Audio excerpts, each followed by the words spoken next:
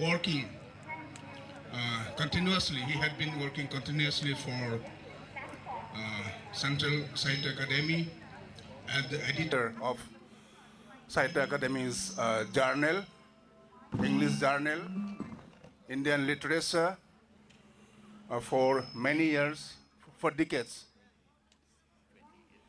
28 years, long years. Uh, Basically, we know him as the editor, an able editor. But besides being an able editor, he has so many identities. But basic identity is an author. We are a writer, or all of us are author or writers first. Then we have so many other identities. So please speak something about your journey as a writer, how you started, how you came into the writing career as a writer, translator, poet, author, and storyteller, in whatever field you have contributed. Good evening, one and all. Before I begin, let me thank, beginning with Professor Anil Bodo, because he is the organizing committee secretary. Then Mr. Pranab Jyoti Nasari, who within 3 days, fixed my visit here, had the air ticket booked. All that in the shortest time possible. That's why you don't find my pictures here. You don't find my biodata in the book, because it's all done within the last 3 days. That's how I came in. I thank Professor Anil Bodo and Mr. Narsari for introducing me. But I think, to answer your question, I began as a poet and I end as a poet. I think I will die as a poet. So I'm a poet. Yeah. Those are the identities that came later, because I started as a poet and I continue as a poet. And very recently, yesterday, there was, I think, either some of my friends here would have received. There's a detailed interview which Krishna Dulal Barua from Nagaon has done. It's in the Poetry Without Fear, this is a site. So I have shared it around some friends. So those who really would like to know about my work and all, it's there. It's a detailed interview. I haven't given such an interview before. So it's there. So this is not the gist of what I wanted to tell you was how this book came about. And I'll request Professor Anil Bodo to officially release this book, because this is still in that stage.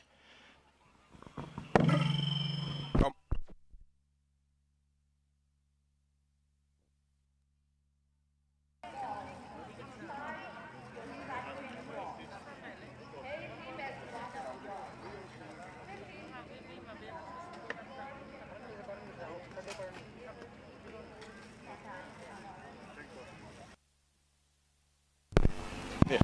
Oh, right. So this is the book which Professor Anil Bodo is officially releasing now. This is titled The Greatest Malayalam Stories Ever Told. So in your programs, you will see this discussion about this book. This is our main item, agenda this evening. So he is asking me how I came to doing this, essentially, before that. Initially, you said that you began your journey as a poet. Yeah. So how did you come to this project? This is the kind of work that comes belonging to my other identities. Because when I did my MPhil in the School of Letters, which Professor U.R. Anandamurthy had set up in Kottayam Mahatma Gandhi University, I began researching into Malayalam short story through translation also. So 17 Malayalam short stories translated. Actual translation was my dissertation for MPhil. This has come from your academic pursuit. Yeah, not only that, this is the academic interest comes later. The interest is there from the very beginning. My enduring interest in the Malayalam short story resulted in the research theme to be chosen as the short story. So the translation of short story happens first. Then only my translation of poetry, like O.N. Vikurups, and that comes later. So I'm a poet by, my first and foremost, I'm a poet. So translating poetry came naturally to me.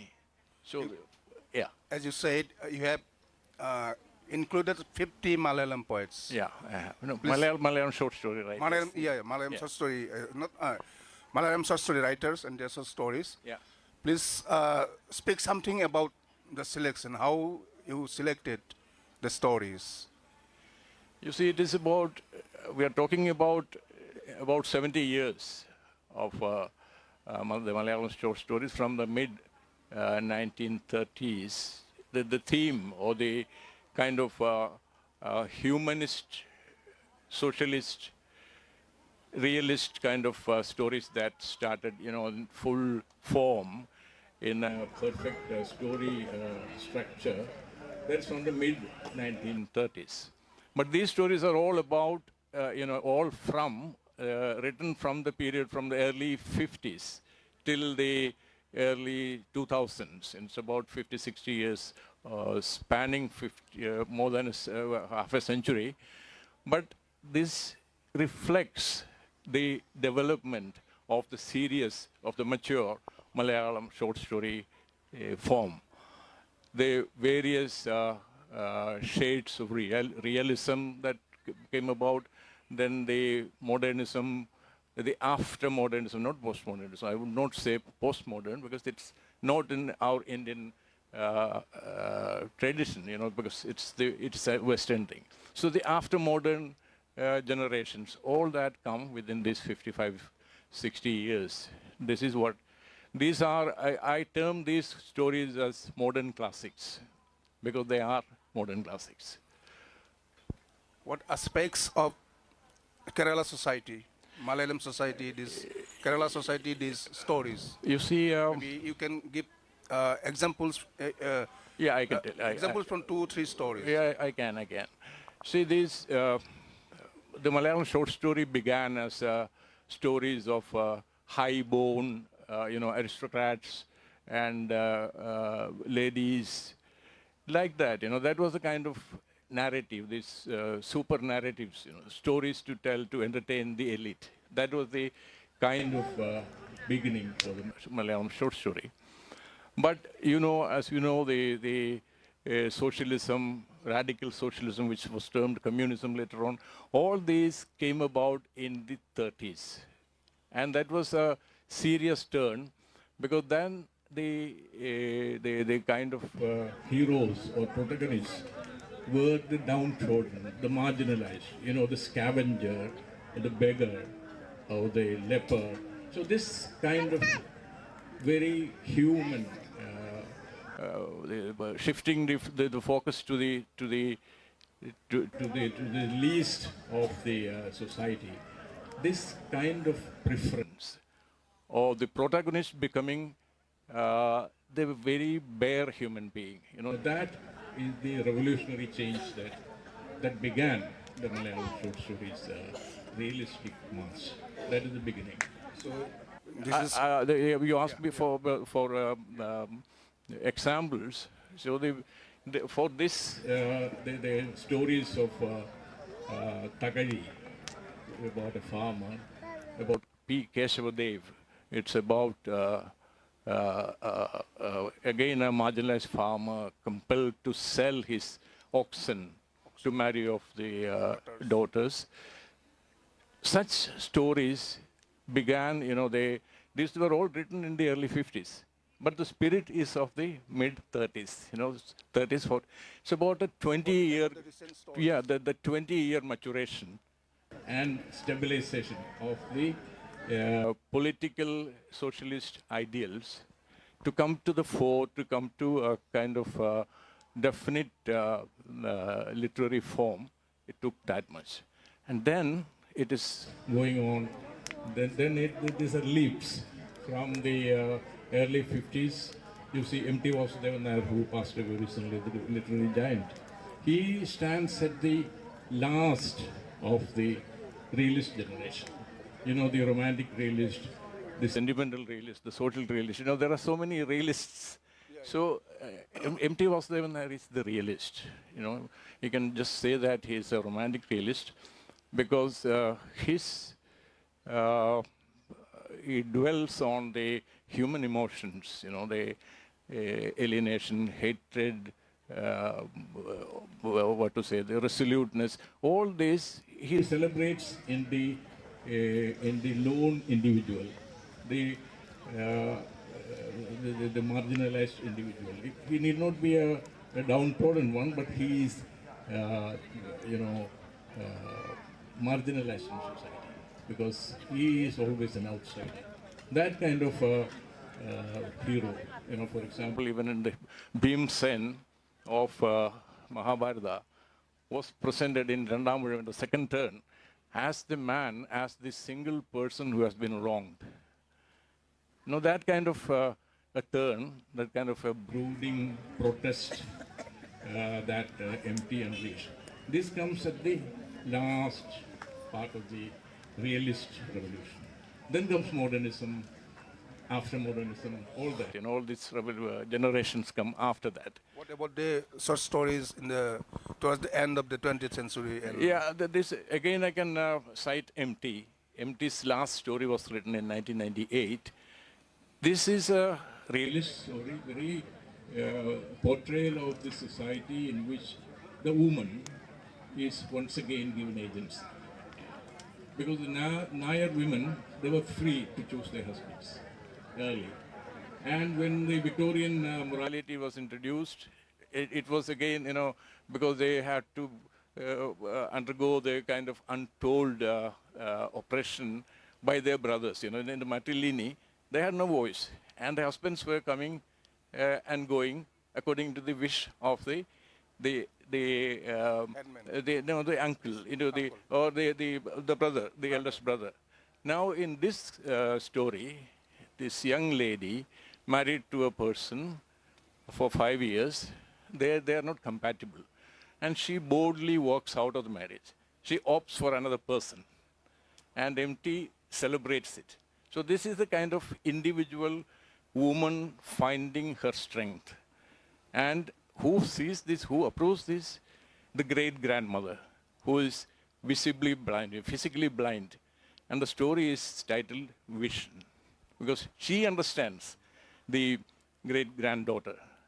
No one else, not her mother, not her sisters, not her classmates, all in the society. You know, you are married, you know, for 5 years you have lived together. Now you should, you know, this is the common sense advice given to the lady. She doesn't want to follow that, and she chooses another person, and the great grandmother approves. So this is the kind of it is a revolutionary story for the kind of Kerala women, I feel. Throughout India, we have seen some new kind of approaches, techniques, You see, and some social issues, in the new social issues coming up. millennial writers, you know, from the 2000s and the present, they are really, you know, narrating the moment. That's what they're doing. They're not going back to baggages. They're not going back and narrating the old histories. They are interpreting life as it is, as it appears to them right now. So that is the Malayalam short story has reached a kind of point where it has become interpretation of life, current life. It's very serious. I think the Malayalam short story is the strongest genre. It is not anymore like a specimen which is experimentation. No, it is the most powerful. It's like poetry. It's like modern, what to say,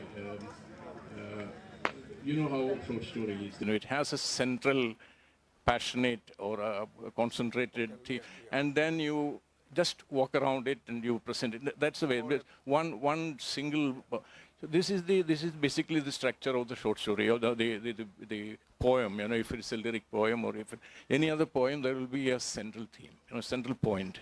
So that similarity is there. So it's very passionate, very expressive, accomplished. It is not again. You know, if you look at the structure, it yields to experimentation. So all this is happening now. Malayalam short story is the strongest. You know, fiction, long form fiction is there. Everyone is making, you know, winning big prizes in the translation thing. You see that, but still, though market-wise, short stories may not sell in English. Market-wise, this novel. Yeah, market-wise is novel, but in Malayalam, market-wise, the short story is also selling. You know, Selling in thousands. yeah, like that. It's selling. There are good number of population, Malayalam population outside India also. It is not only that. It is the short story is now taken for its advantages. You know, to read a novel, you may have to sit over it for long hours, but a short story you can read in half an hour. Yeah, like that. In modern stories, which, you know, online stories, 4 minutes read, 6 minutes read. So these are there, and that is one advantage, not a disadvantage. And So there are online versions of these stories also. Number online, these main writers are not publishing online. Younger Yeah, in Pratilipi, in every language, you know, the quality of writing may not be that good, but Pratilipi is one site where short stories or serial stories are published.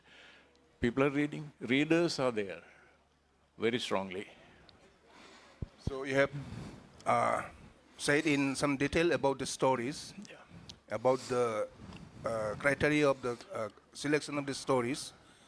So of the 50 stories, Yeah. all the stories are classic stories. Yeah, that's what I believe. And who do you think the best of the short story writers in Malayalam? You just At can't least now. 2, 3, 4. Yeah, these are all big names. You know, of course, Kamala Das, Madhavikuti. They are all in that. But after that, also there are big names, really big names. You know, beginning stopping with M.T. Vasudevan Nair. There are later After writers. Vasudevan Nair. After, yeah, there are writers like Thomas Joseph or T.R. These are all people who experimented with the language and stayed there as masters. Said about the experimentation in language, but Yeah. experimentation in the technique of the storytelling. It is interesting, you know, they make the language tell the story, you know. The language itself is an arrest, you know, that kind of turn, that kind of generative kind of use of language, that these people have succeeded. And they are not the best known, but in the realm of the short story, redefining the language these people have done. You know, this, and like Subhasan and the editor of Madhubhumi Weekly, these are all big names in short story. And now there are youngsters like even K.R. Meera. You know, K.R. Meera is a celebrated name. As a short story writer also speaks. There is S. Harish or Benjamin. All these people are short story writers as well. And they are all writing stories at the international level. You know, when you translate it, they are acknowledged as best specimens of the genre. So this is Malayalam's. That is not, you know, this K.R. Meera and all are not here. This is, you know, I arranged these stories according to the chronology, you know, the date of birth, like that. So these 50 people had to be contained in one volume. The next is coming as the new wave of Malayalam short story writers. It's on the same Aleph it's coming. More contemporary poet, story writers. More contemporary story writers, about 58 of them. So by that, I would have covered a century, about 100 years of Malayalam short story, and 108. It's a sacred number, you know. 108 stories. So you're doing a very commendable job. You have spoken in detail about this book, but you have passed long years as an editor of the Sahitya Academy journal. Could you speak Yeah, something about the journal yeah, but and the qualities of writings that you see, find place in the journal? I Because think many are interested to publish in the I journal. think I think my identity as an editor is, I think, more known in the Northeast because of the four-volume, two-book, 1,700-page in Crown, bone paper, kind of the best of Indian literature, which Nirmal Gandhi Bhattacharya, my senior colleague, and I edited. Yeah, so that has been sold very well in the Northeast. So everyone knows my name through that. But Indian literature, I joined in 1997. We met in 1998 in the National Poets Meet for the first time. You remember, after that we have met several times. So 1997, November to October 2008, it's one stint. After that, I went on lean to Libya, where Gaddafi was dethroned and the revolution took place. I was in the thick of it. Then I came back when it was no more safe. We were all taken back. Yeah, You became guest editor. yeah, then I came back and became guest editor. Then 1 year, someone else was there, Subodh Sarkar was there. Then another year, Yashodan was there. Then I came back again, was there for 5 more years. Then COVID cut me off because when it was not safe to be in Delhi, and I was very sure my best friend, now, you see, it's very sad to remember, this kind of people who died. And so I had to go back, and luckily for me, because after that, within 2 months, the oxygen fiasco happened and about 200 people died, So after that, the academy wanted, not only the academy, the central government wanted all the officer level people to be present in the office, not doing their work online or remotely. So then I declined. I said no, but still I'm actively associated. But this was a kind of time given to me because using the government funds, what we are doing at Indian literature, what I have been doing in Indian literature, I tell you just one example. Only a government-funded publication can do this. Because I published young poets from 13 languages, but from about the big languages, only Tamil and Kannada remains. And Manipuri was in the piping, and Nepali was in the pipeline. But that is when I had to call it a day. I had made arrangements for all these four. I have already given the work, commissioned them, but once you leave the post, someone else comes. It is not the same anymore. Otherwise, what we have now is a strong base for all the youngsters, young poets of the country, because this is there in JSTOR. All these issues are uploaded in this American website. So any university... It's available in JSTOR, yeah. JSTOR, all these are... So you have at least young poets. I named the series 21st Century Poetry, 21st Century Assamese Poetry, 21st Century Bengali Poetry, like that. So all this is available there. So that is one single humble thing I could... It's not this thing. I could make use of the funds this way. Otherwise, no private operator can do this, There's no profit in it. Only a government organization can do that. So this is one single thing. There are so many other things that we have done. But this, and also I used to run a space for young writers, Young Life. Young writers means, say about 9 to 19, that kind of range. Poetry, fiction. So many children and young adults, they were given exposure nationally and internationally like this. So these are the little things we can do as editors. And I don't know it depends on each individual editor, how you look at this. I have been able to do this. I've been able to publish a lot of, say, marginalized, Dalits, women, tribal, all these things I could do, and from small languages, because Professor Sachidanandan had cleared the way. He had set the standard. So what Shivaprakash, my predecessor, and Nirmal Kanti Bhattacharya, also my predecessor, what we did was merely following Sachidanandan's benchmarks. But we improvised, we added, expanded, all that we did. But that, I think that was a kind of unprecedented kind of thing that happened in Indian literature. Because before that, it was not like that. It was mainly in the mainstream writing. Mainstream. But there is also a historical inevitability, because in 1991, with the Ambedkar centenary, there was a Dalit resurgence.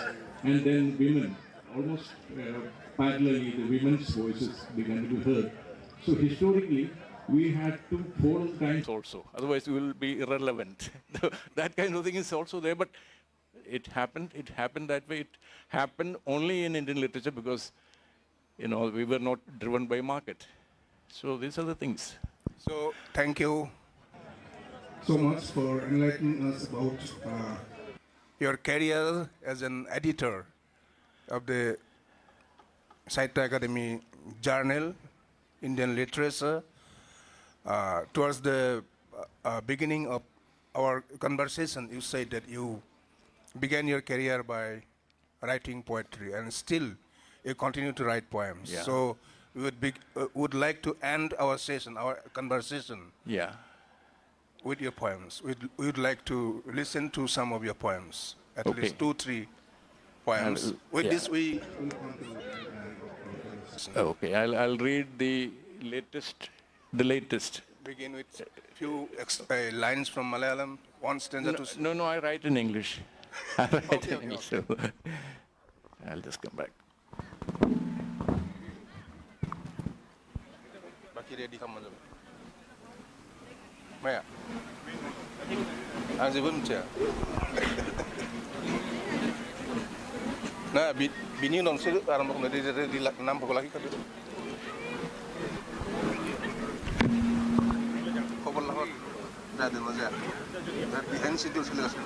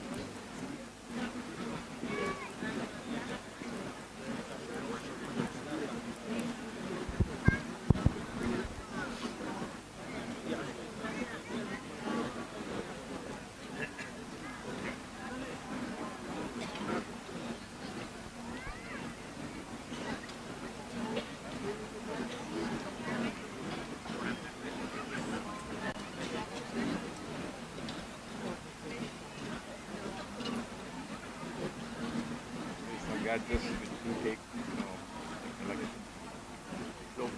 Yeah.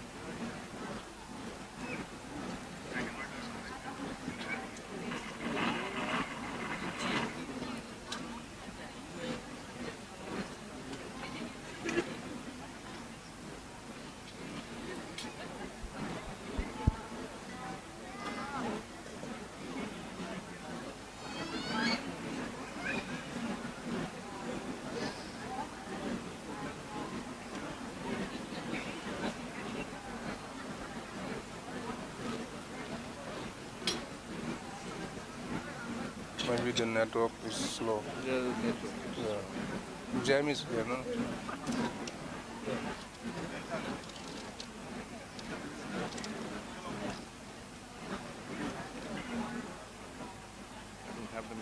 Okay.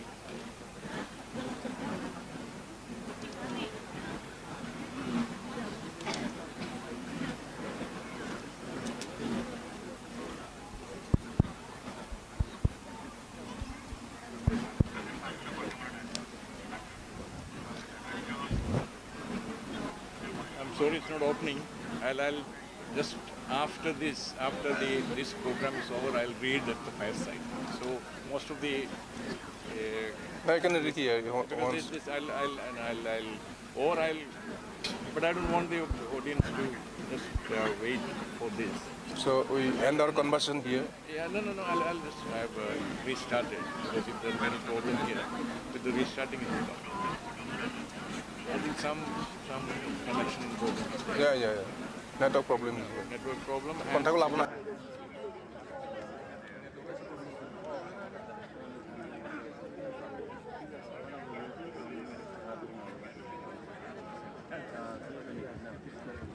so how much time left? Yeah. Okay. Or will after this this is wound up, I will read here because I understand that around there's a five-stage open free stage. There people are waiting. So I'll just wait. Let this open. I hope it opens now.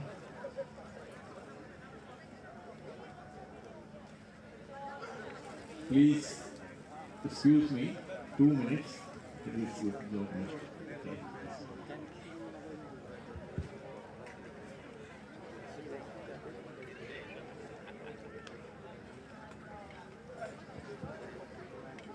I really want to read this. These are the poems. Of late, I have been, pondering on the theme of death.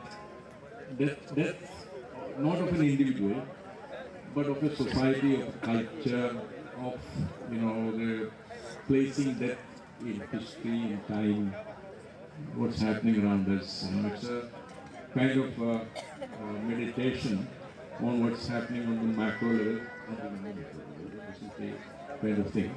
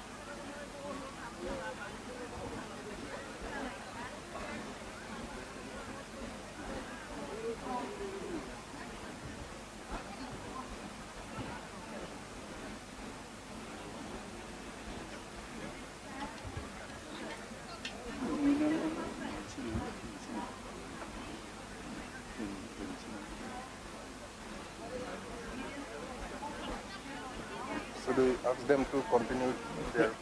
No, it just come here. It's slowly moving. That's the problem. It's opened. Now it is. You see, the pages are moving slowly. That's why. Because I posted them all. The latest ones are the last. This is my manuscript. I've been keeping it for printing for a long time, but didn't get the time to finalize.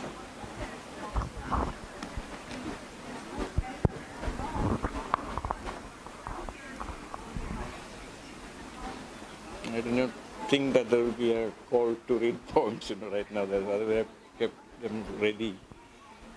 But anyway, now that we have done it, we'll finish with this.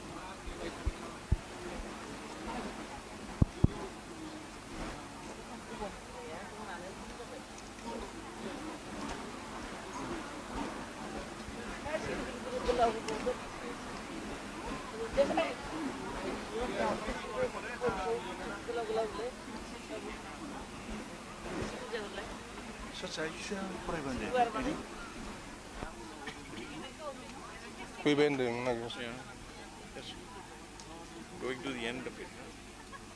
Because my latest poems are posted in the final. It's taking.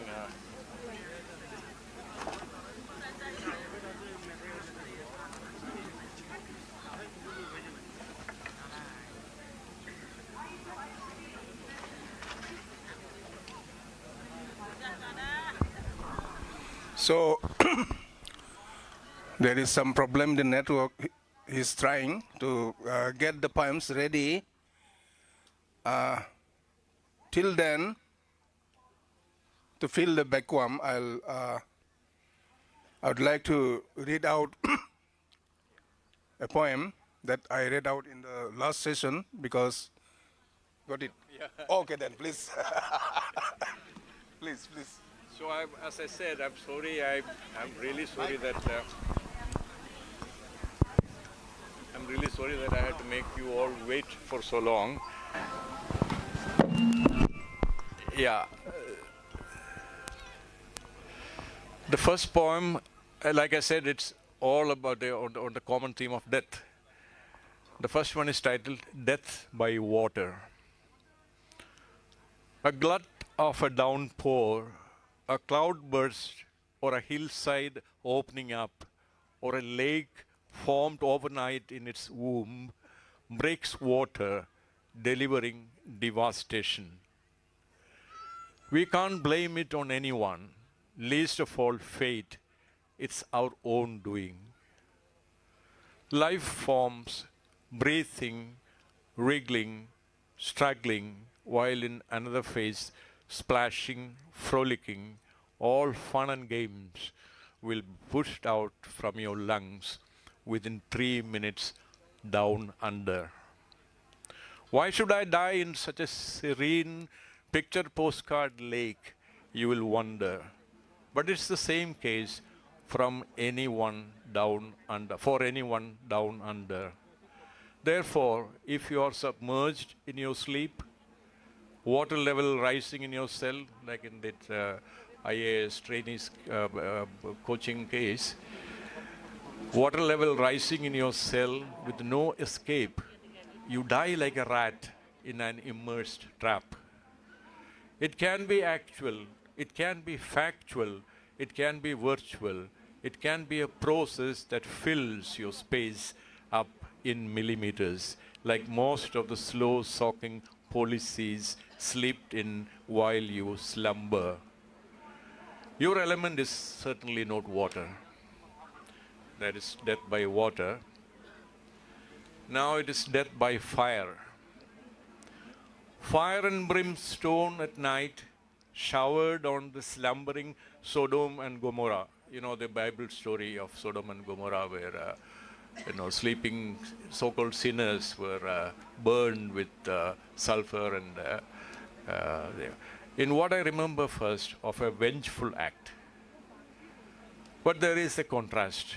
The end result of that conflagration let loose upon the perceived sociopaths and sinners, the residue of that great blaze was an anticlimax. It is the waters of the Dead Sea where the living float and even the half-living across the West Bank dare not test its waters, for no one knows what to expect if you dive deep into the scriptures. It's all very similar, even same in the beginnings, but what went wrong, where is in no one's control. Move further west, and you treat the burnt out sands and soil where milk and honey flowed once, and where the walls came tumbling down. That's Jericho, the city of Yor. Further west, the apocalypse is afoot now. All those bombs, missiles falling on hapless, sleeping women and children while you sleep in your sleepy little hamlet unconcerned, is death brought by fire through your acquiescence. Death by fire is everywhere. That's about Gaza.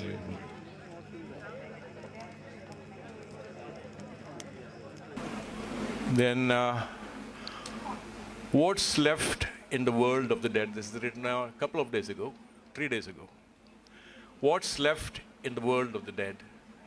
This is the title is from a story by V.P. Shivakumar, one of the iconic writers here.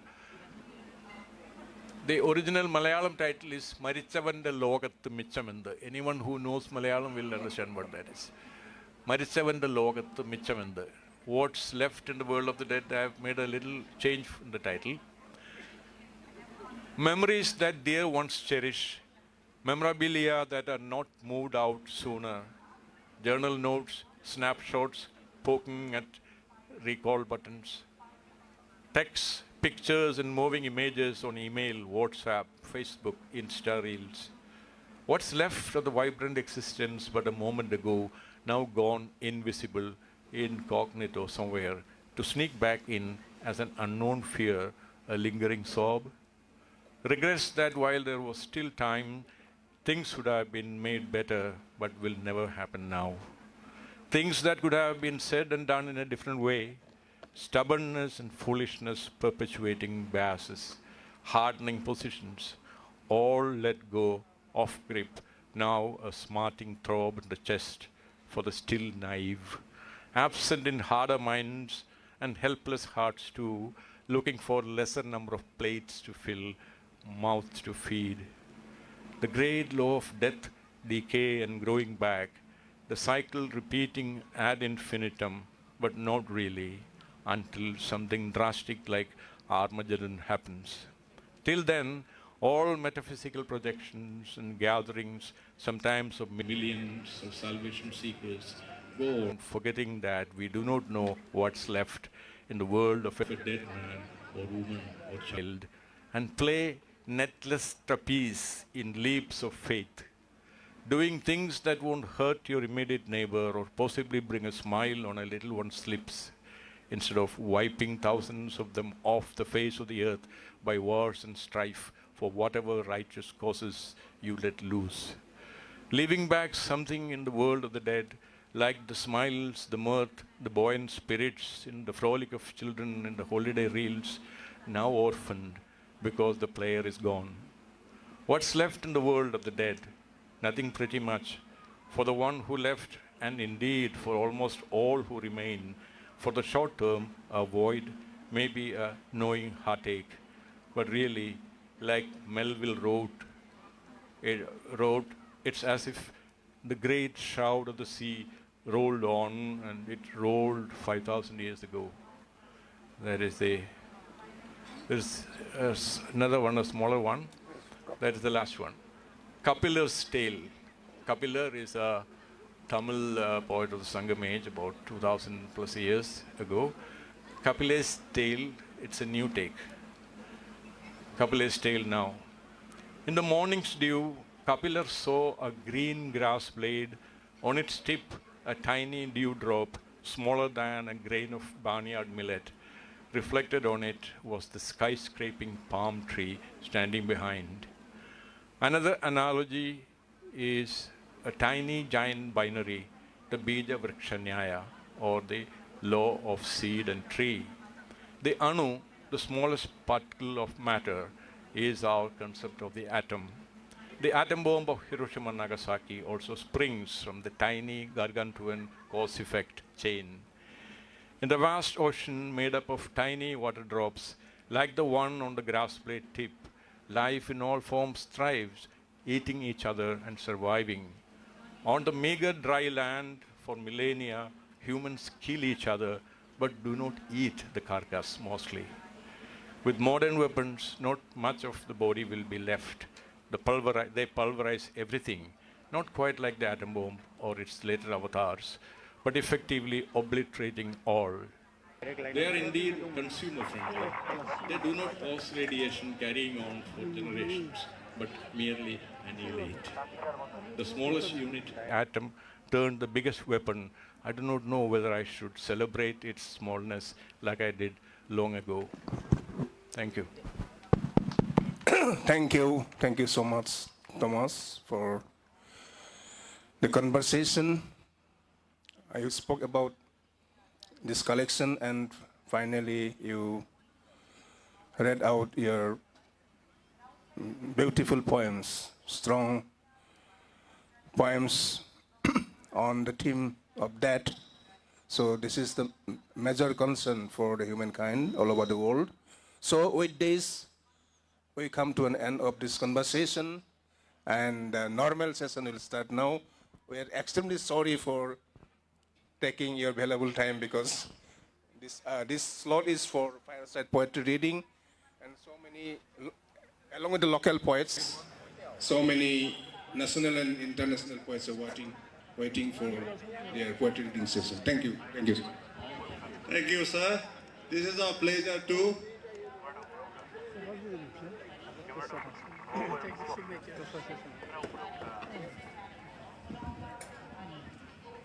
Ladies and gentlemen, now we'll start our scheduled program of poem reading by the side of the fire. And straightway take up the job. Let me do one duty rather. Because as per the program, we have inclusion of 3 foreign authors, guests in today's evening program. I don't know whether all of them have come. One is Annie Jairi, Uttar Pradesh, and Miwa Sakuraki from Japan, and Solil Desai from Maharashtra, and Sung-il Kim, South Korea. I request all of them, wherever they are, to kindly come to the fireside so that we can avail the opportunity of their presentation. They will be reading the poem, or maybe a short brief of the write-up in the form of the short story. And because as per the guidance, as per the instruction given by the organizing committee, it was the desire to give a mix in this program. Instead of going with only the poem or something like that, we wanted to have a little bit mix of the other elements. That is how we had added yesterday a monologue. In fact, we started with that monologue. We call it acting here. Only one single person performing the various roles simultaneously. And it was a very good crowd puller. There is no doubt about it. But today and tomorrow, today we are not having him, and tomorrow also he will not be with us. But this participation of the foreign or outside, beyond this Northeast region, the guest participation will be another mix. And with this announcement, I once again request all those 4 foreign guests to kindly come and be here with us in the fireside so that we can avail the opportunity of listening and hearing their presentation. Now I'll be handing over to my colleague, Chiruti, as well as Mepi Rose Bromona Boro, to carry forward with the program.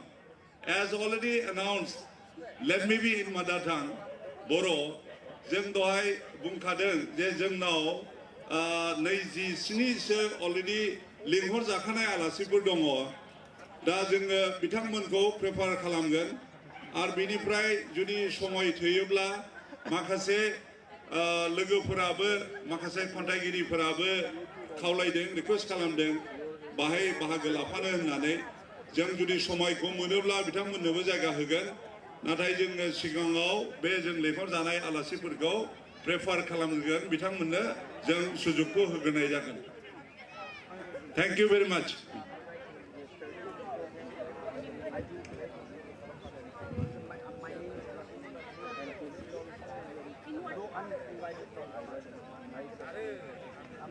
So you're from studio.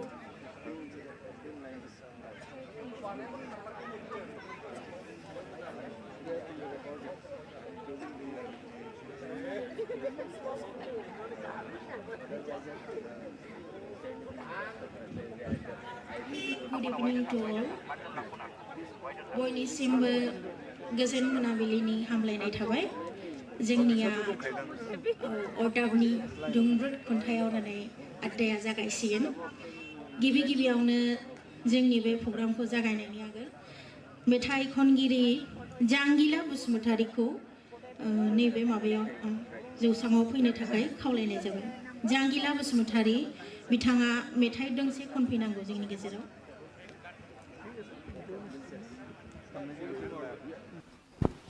Hello, hello. Hello, hello. Bare bolo. Hello, hello. Hello. Hello. Echo issue. Hello. Hello. Hello. Echo. Hello. Hello. Just गिबियाव मोनाबिलिनि गासै सार madam मोननिसिम आंनि खुलुमनाय आरो सिबिनायखौ बावहरग्रोबाय पहले आप सभी को मेरे तरफ से नमस्कार दायो आङो आंनि दाख्लै बावैसो ओंखारनाय दमासिनि दोंसे मेथाइ आङो रोजाबनो नागिरदों बे मेथाइखौ आङो आंनि रियेल भइसजोंहाय रोजाबनाय नङा आबौनि भइसजों खननाय जागोन दे मिउजिक अन्नानै आखाइ खबना हो बयबो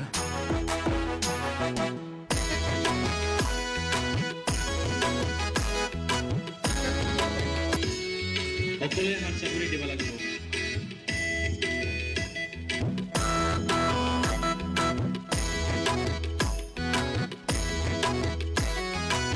Study gapa, shipila gapa, konso gapa, photocap gapa.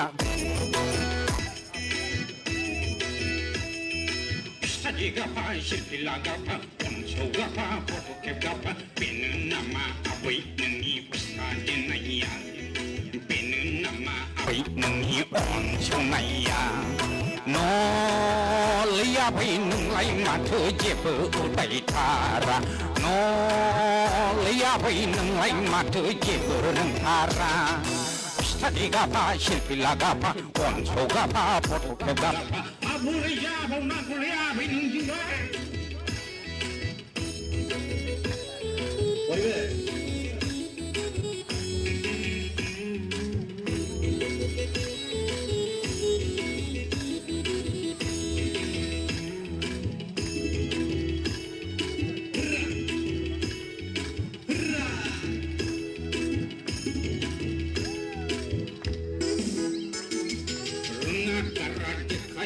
shell pila pai abai kual ai hen sokla pai hantu dela bai abi macam Lunga kara cekai bai shell pila pai abai kual ai hen sokla bai hantu dela bai Jima jembat dekat neng raya bai abai neng raya bai Jima jembat dekat neng raya bai abai neng raya bai Sagi gapa shilpila gapa onso gapa foto kep gapa api nu jabai sagi naya Dia wing yang sham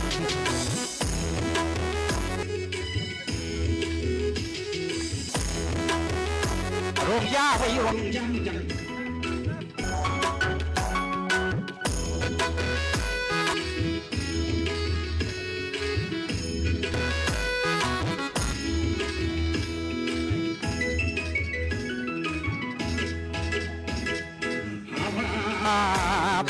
Dani juga ni mansipra Uwal kai henjeng bihari Habab Dani juga ni sengra siklapa Mau naik tang naik yang bima batul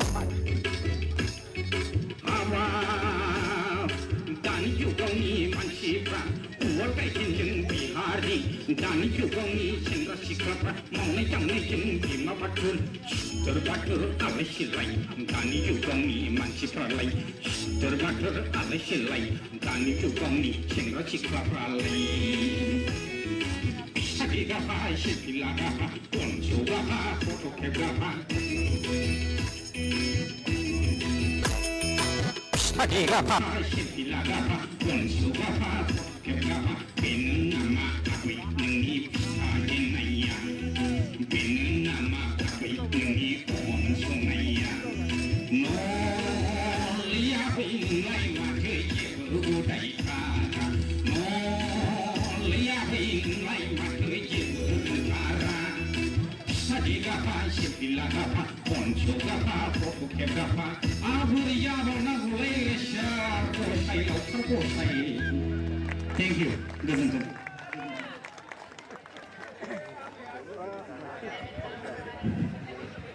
जोबोर गोजोननाय थाबाय फंबाय जांगिला बसुमतारीनिसिम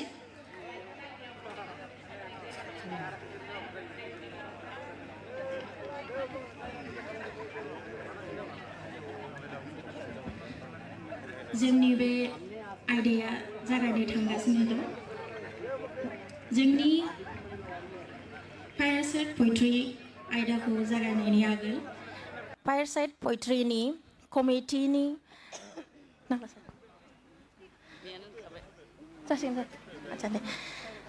दिनै बे अरदाब सेरनि थुनलाइयारि आड्डानि गिबि फरायगिरि बिथां सुपेन्द्र ब्रह्मखौ खावलायनाय जाहैबाय बिथां बयखौबो खावलायनाय जायोदि गावगाव खन्थाइखौ दोंसेल' फरायनानै थाङो आरो गोलाव गावनि सिनायथि होआलासिनो डाइरेक्ट फरायनानै थाङो सुपेन्द्र ब्रह्म बिथांखौ गावनि खन्थाइखौ फरायफैनो थाखाय खावलायनाय जाबाय बिनि उनाव फैगोन डक्टर अधीर कुमार ब्रह्म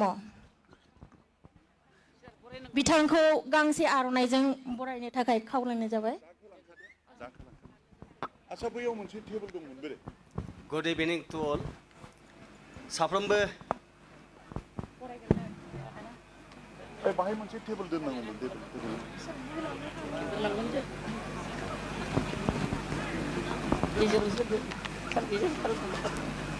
बाहाय दोनथ'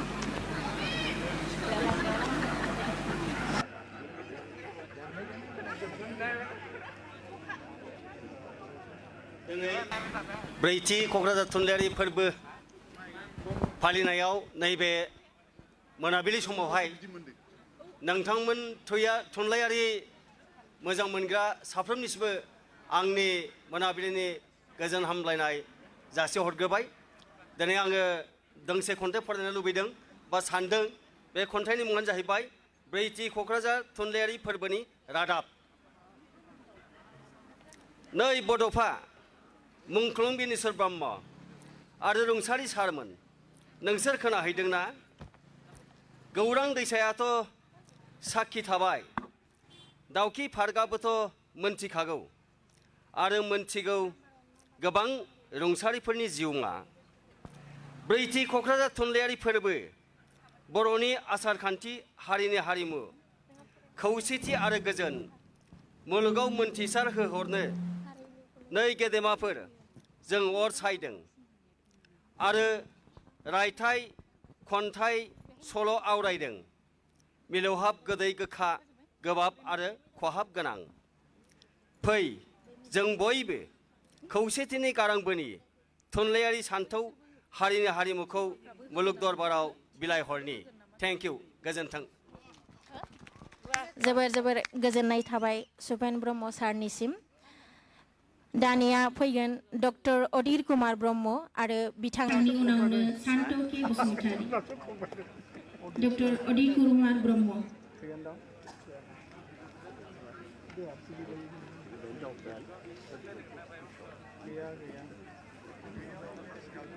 जानो हागौ बिथाङा गैया दानिया फैगोन सान्थौखि बसुमतारी दानिया आवरायफैगोन सान्थौखि बसुमतारी बिथाङाबो गैया बिनि उनाव फैगोन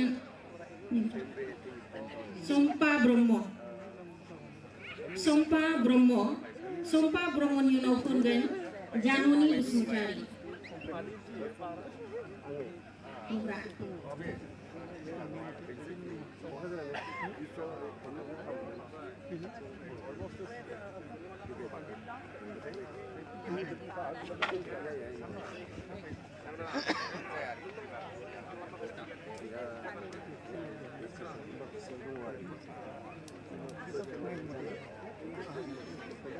बिथांखौ गांसे आर'नाइजों बरायनानै थाखाय खावलायनाय जाबाय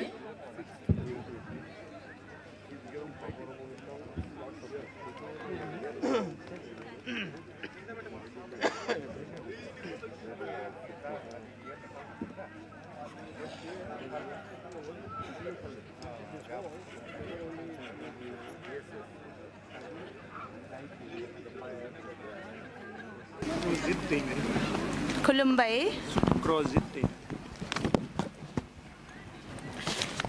गिबि गिबियावनो आंनि गोसो गोरबोनिफ्राय सिरियाव जिरायनाय गोबां जायगानिफ्राय नुजाफैनाय गेदेमा लिरगिरिफोरनिसिम फिन खनसेबाव आरोबाव आंनि खुलुमनायखौ जासिबावबाय आंनि खन्थाइनि मुं सुग्रि बाग्रि हर गुसु सुहाबनाय मोनाबिलियाव माबा मोनसे मोनगोननि असिलायाव मागो दमासिनि बोथोराव फिथा सिथाव जानायनिबो मुखुबाव अरनि साखाथियाव थुनलाइ सिबिनायनि सदबांसाजों खन्थाइ आवरायनाय थिलियाव सेल्फि लानायनिबो खाबुखौ खोमाथारा थासारिया जेखियानो जाया मानो मिनि खुसि थांना थानायानो थांखि लोगो मोनज्लायदों जेबोला दान्दिसे सम थेवबो गोजोर बायदि सेल्फिनि महर सुग्रिनाय हरावबो सोलेर सुहाबनाय मोनाबिलियावबो निहिर गोग्लैनाय हराव लान्थिथि सोरांजों मिनिहरदों अख्रां गंसेमानि पुर्णिमा अखाफोरनि देदेनहांनाय साननि सोरां थारैनो अनसुला गोसो बियो सुग्रि बाग्रि हरावबो गोजांस्रिउ जालायनाय थरथिं थरथिं बिलाइयाव सिरिनाय निहिरजोंबो जोंथि माथि फिथिखाखौ रिफिखांहोयो गावनि सोरांस्रि महरजों थारैनो गुसु सुहाबनाय हरावबो फागुननि आबिर सारफावो नामा जोंबोदि बियो सुग्रिनाय हरजोंबो बेसेदि बोदोर जादों थुनलाइ थिलियाव खन्थाइनि बिदै नागिरनो आखायाव मागो दमासिनि फिथा सिथाव लायनायनि सोलायै आखायाव रेबगन दैना उखुम गैयै सिथ्लायाव जिरायनानै थुनलाइ सिबिनायनि असिलायै बिजोंनो मिनिहरनो खाबु जादों सुग्रि बाग्रि हरावबो खन्थाइया एसेनोसै खुलुमबाय गोजोननाय थाबाय सम्पा ब्रह्मनिसिम दानिया जाननि बसुमतारी दानिया आवरायफैगोन जाननि बसुमतारी बिनि उनावनो सुबोध गयारी जाहाथे खन्थाइखौ थोंजोङै आवरायफैयो गावनि सिनायथिखौ होआलासिनो।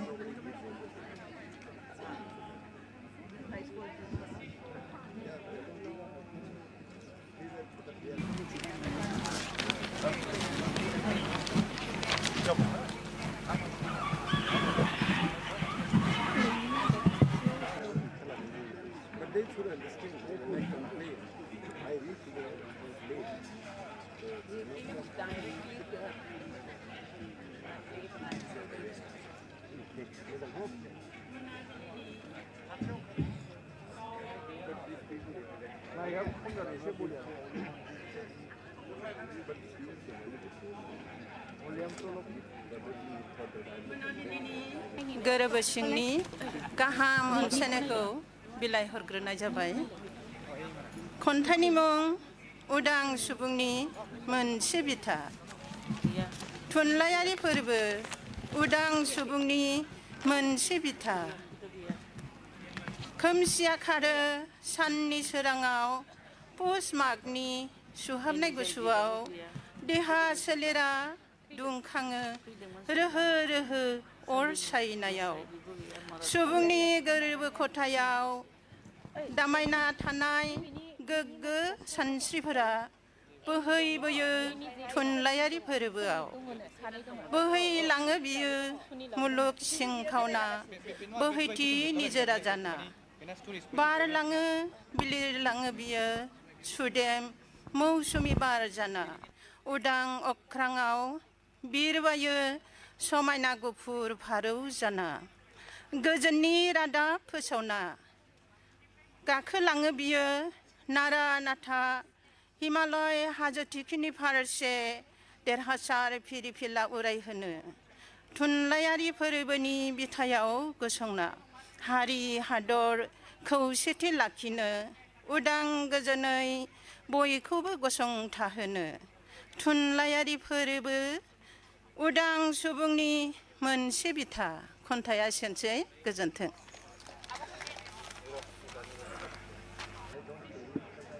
गोजोननाय थाबाय जाननि बसुमतारी बिथांनिसिम। दानिया फैगोन सुबोध गयारी।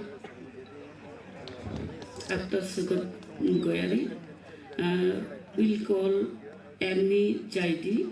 Please be ready with a poem and make the evening beautiful. Annie Jaidi. So.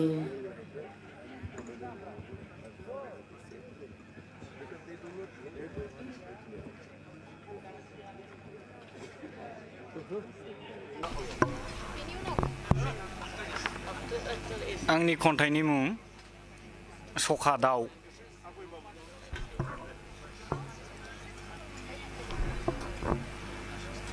सखा दाउ सानाव खारखाव खारसि गेलेनायनि मेंनायजों आइ आफामोननि गेजेराव आलो आलो उन्दुनाय समाव जेब्ला न'नि थिङाव नोंसोर खुगा उनो आइया बुङोमोन बे फाफि सखानि बाहाखौ गामोन सोरांब्लानो एरख्लायगोन। आइनि बुंनाय सानफ्रोमबोनि रावा खुगानि रावल' जानानै थायो।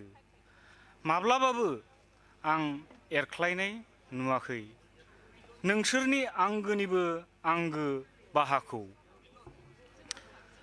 जेब्ला आफाया इटानि RCC गोजौ गेदेर न' लुदोंमोन नोंसोरदि बबेनिफ्राय फालो फालो बिरबोनानै थिं दोहौ गुदुंजों जाय फाराफारि सेलाय बेलाय बाहा बोदोंमोन। नोंसोरनि खिजों सिलिङा गाज्रि जायो होननानै थिं दोहौ गुदुंखौ सिमेन्ट बाला होथेब्ला बाहा गोमाजानानै बिरद' बाद' गाबबायदोंमोन। अब्लाबोथ' गोजाम नमा न'आ नोंसोरनि थाखाय सिगांनि बादिनो आबुङै उदांमोन। जानांगौ नोंसोरनि आजै आजौमोनहाबो जोंनि आबै आबौमोननि थुरि उखुम न'आव गोलोम बोथोराव सुदेमै आरो गोजां बोथोराव दुंब्रुदै थैस' थांस' रायजो जादोंमोन। नोंसोरनि जोलै दाउ थिफ्लिंखौ जायराब बिफाङाव लाइफाङाव थाद'नाय गैयै बारस्लायनाय नुयैया जोंनि बाथौआव दाउ गदेर बाहा बोयैसे गोबाव सम जाबाय जानांगौ आफा लुनाय न'मा न' आरो गोजौ गेदेर इटानि आरसिसि न' सिमफायनानै आं गोजौ थालानि बिल्डिं लुबाय जेराव गैया नोंसोरहा बाहा बोनायनि खाबु नोंसोरखौ रैखा खालामनो दिनै सुबुङा 20 मार्चआव मुलुगनां सखा सान खुङो सानथ्र'हायै मबाइल टावारनि ओंखारनाय रोदाया नोंसोरखौ खास्रि बिस्रि बुथारो बे गासै खौरांखौ आंनि मबाइलाव समाजारि बिजोङाव आं जुथे नायो आंबो गावनिल' सानग्रा मानसि माब्लाबा मानसि जिबनि मुङैबो सान फालिनांगोन बेखौ सानफेरै मानसि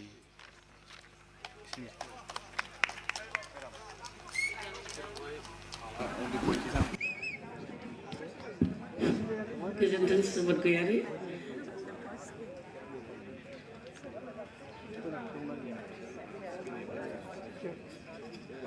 So, may I request Erijadi to present with a poem or story? Story? If it's okay. So, Erijadi, she will present a story in front of us. Please, she is from Uttar Pradesh, USA. Oh, she is from USA. Originally, she is of Uttar Pradesh. Yes.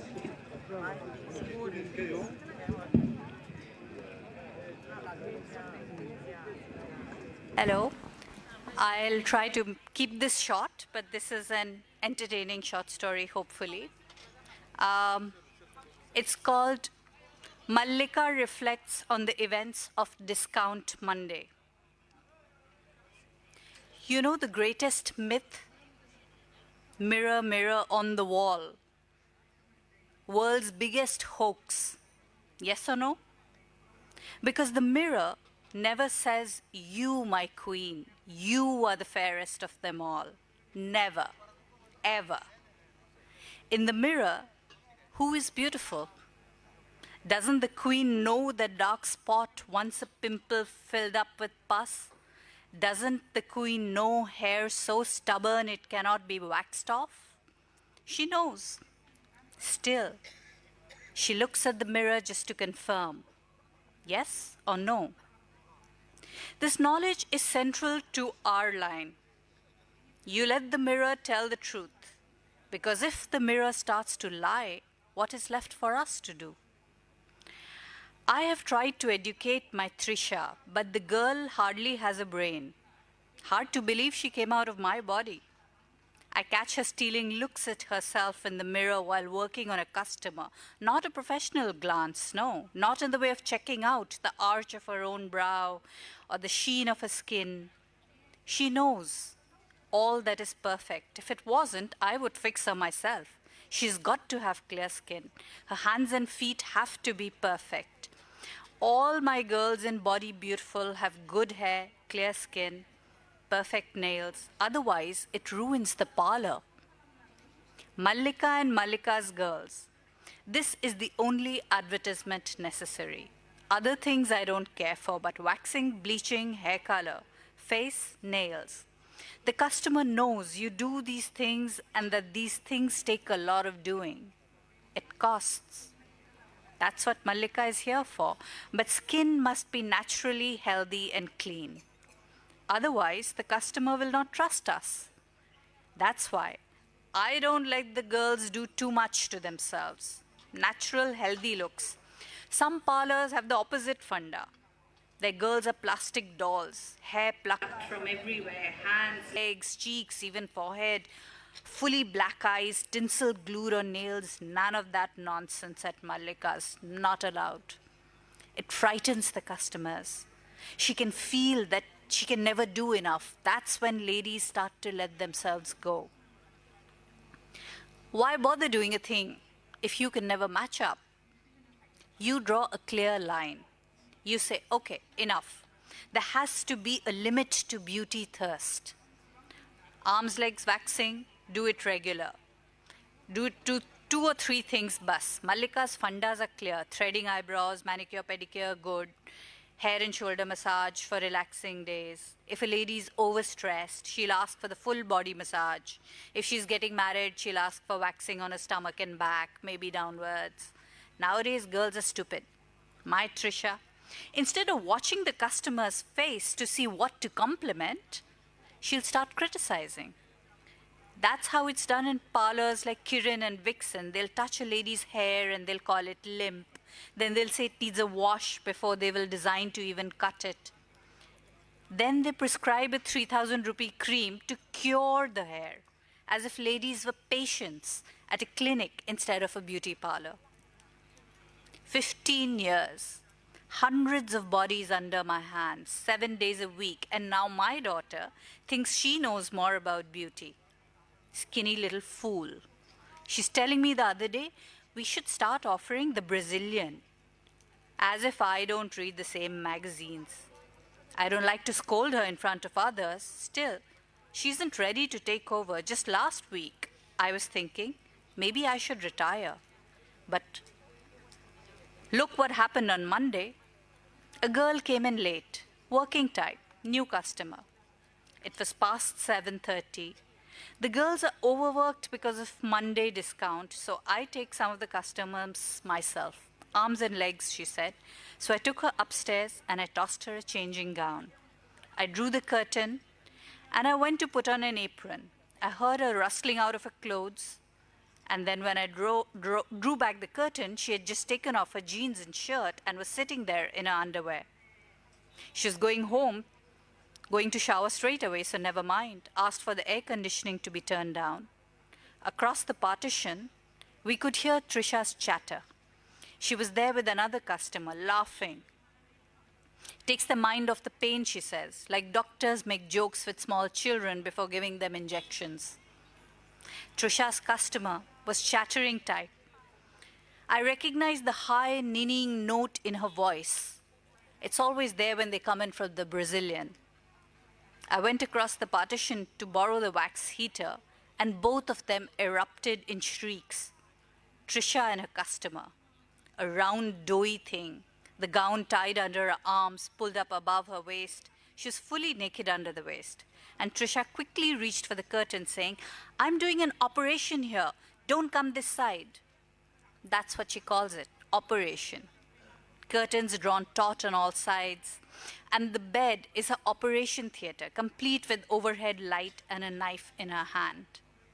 The other girls are picking it up from Trisha. They also want to do operations. Everything is a treatment. At Kirin's, the girls wear white lab coats instead of aprons. Never even passed school, these girls, but they put blue streaks in hair that's been ironed, shove a scissor into one white pocket, and they start talking about cures and treatments. What are they curing, I want to know? I felt like giving the lumpy dough girl one tight slap on her bottom. But what's the point? Her operation was her punishment. I pursed my lips and told Trisha, I have a customer too. The second wax heater was not working, so we had to share. Trisha pushed the trolley with the wax heater outside the partition so we could both reach it while keeping the curtains drawn. I picked up a knife. Mine was a quiet one, a polite half smile on her face. They feel sorry for themselves, but also for you, for having to scrub and pluck them raw. Some ladies always have this guilty feeling. I always smile extra for them, and I make sure not to look them in the eyes. Give them their dignity. I could hear Trisha making soothing noises. Her dough girl had gone dead silent, probably biting her lips. A grunt, a moan, a sip of the waxing strip pulled away, and a little scream. Trisha was cooing. Hurts, does it? Only once or twice more. I grasped the fleshy part of my customer's calf and pulled. Firm upward lashes, half a leg done in 4 clean moves. Across the partition, I could hear whimpering. Trisha was asking. Do you need a break? Is it too much? Dogal must have shaken her head no. If she opened her mouth to speak now, she would start howling. I was done with the knee to ankle area and had moved up to the thigh. My customer finally opened her mouth. It doesn't hurt so much, you know. I said, I know. And I pulled another line off, then another, and I was done. Across the curtain, I heard a shuffle. Trisha stepped away. Doughy girl had suddenly turned chatty again, breathlessly talking to distract herself from the pain. I have to do it to feel clean. I like to feel clean. I feel so much better now, really. Trisha agreed. I have to go to office, you know, and when you have periods, you feel all dirty, but there's nothing down there. It's all gone, and then you feel cleaner. I myself don't like it when it grows back. I caught my customer's eye. She sat up. I tapped her on the arm and smiled, and I spread the golden wax from shoulder to wrist, the same color as her skin, honey brown. I said, you have very nice skin, lovely arms. No need for waxing, really. She gestured with the skin downwards. It was true. The hair on her legs was coarse. I once overheard Trisha telling a customer that her leg hair was long enough to braid. If she wasn't my own daughter, I would have fired her then and there. Is it a job to mock the customer? To this girl, I said, so what? Everyone has growth. Trisha doesn't understand. We ladies are mirrors for each other. For the ladies who take off their clothes and ask to be made beautiful, we parlor ladies are the mirror. We should say, you are very fair, my queen. Even if we cannot say you are the fairest of them all, still, you are worth something. This is what keeps them coming back, so that they can see themselves the way we see them. Later that night, I looked at myself closely in the mirror. My skin is clear, and under my belly there is a dark triangle. It is my womanhood.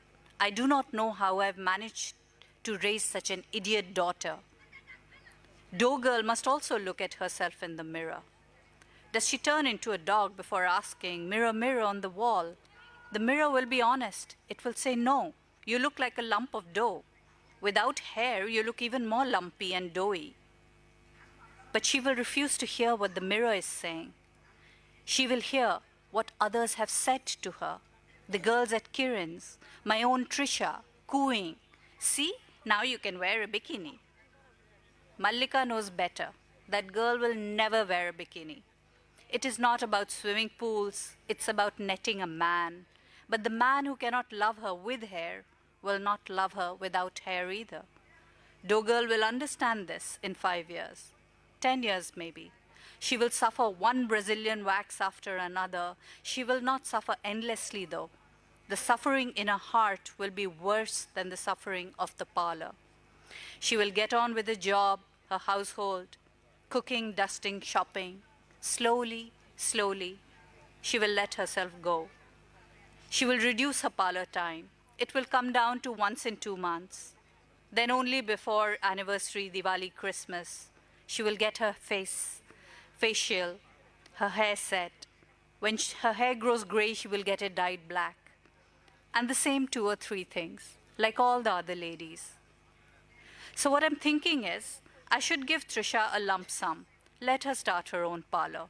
If she wants to make dogs out of ladies and do operations and write prescriptions and call it a beauty clinic, she can do it somewhere else. Mallika has her own fundas. You can wait and see who survives.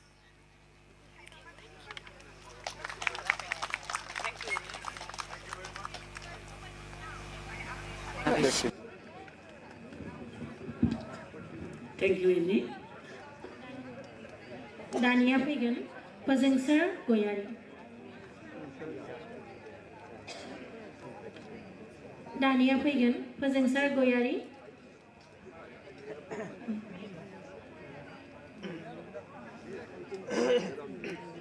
जानांगौ बिथाङा absent बिथांनि उनाव फैगोन अनिला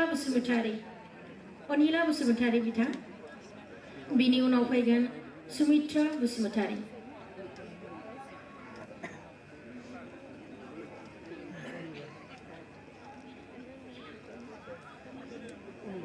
बिथांखौ गांसे आर'नाइजों बरायना लानो थाखाय खावलायनाय जाबाय।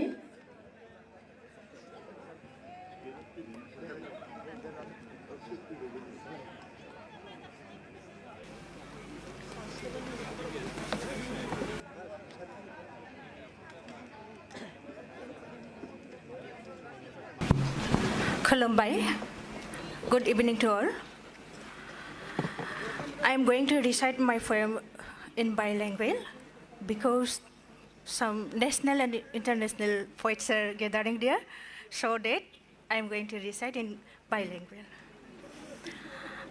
खन्थाइनि मुं सकिराया फैफिनबाय. Shokira has come back. Shokiraya न'आव फैफिनबाय. बिमानि बिखाखौ लांदां खालामनानै. Shokira has come back home, making empty her mother's heart.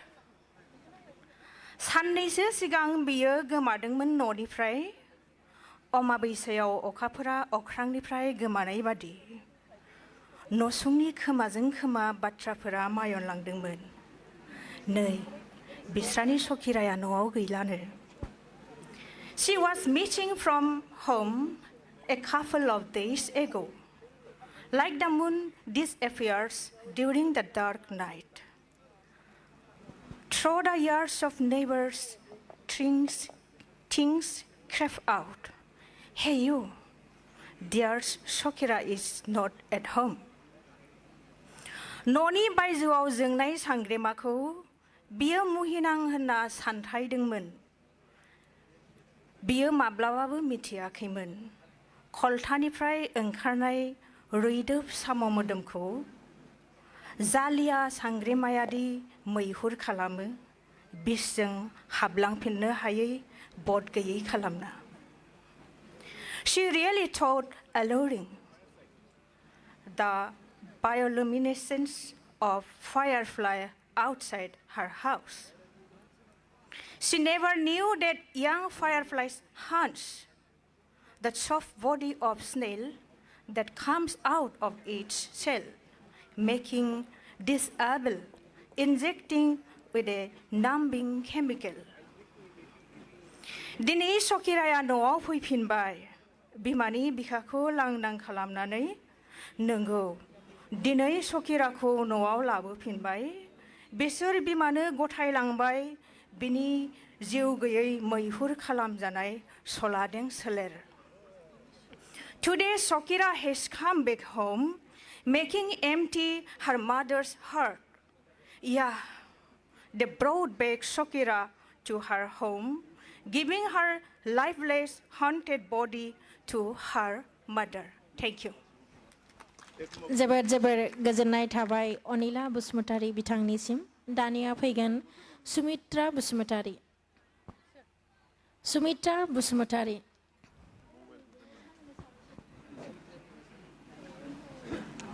सुमित्रानि उनाव फैगोन राजश्री चक्रवर्ती.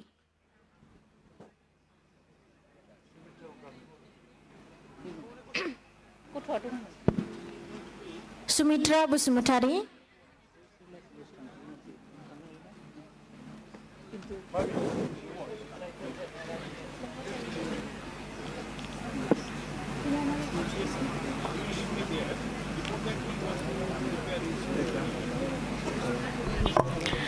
बयनिसिमबो मोनाबिलिनि गाहाम हामलायनाय बावहरबाय. दिनैनि बे अर सायनाय खन्थाइ फरायनायाव आंबो बाहागो लाबाय. आंनि खन्थाइनि मुङा जादों दाखुर क्लाबसै. दाखुर क्लाबसै. समफोरा खोन्दो खोन्दो बारलांनाय लोगो लोगो गोबौ आसिगुरजों खुरज्लिद हरनाय बादि खेंखाय खेंखाय आंखौ रायदावफैयो. आवै बारलांगासिनोसै. आरासियाव नायदों ने नों नोंनि मोखां.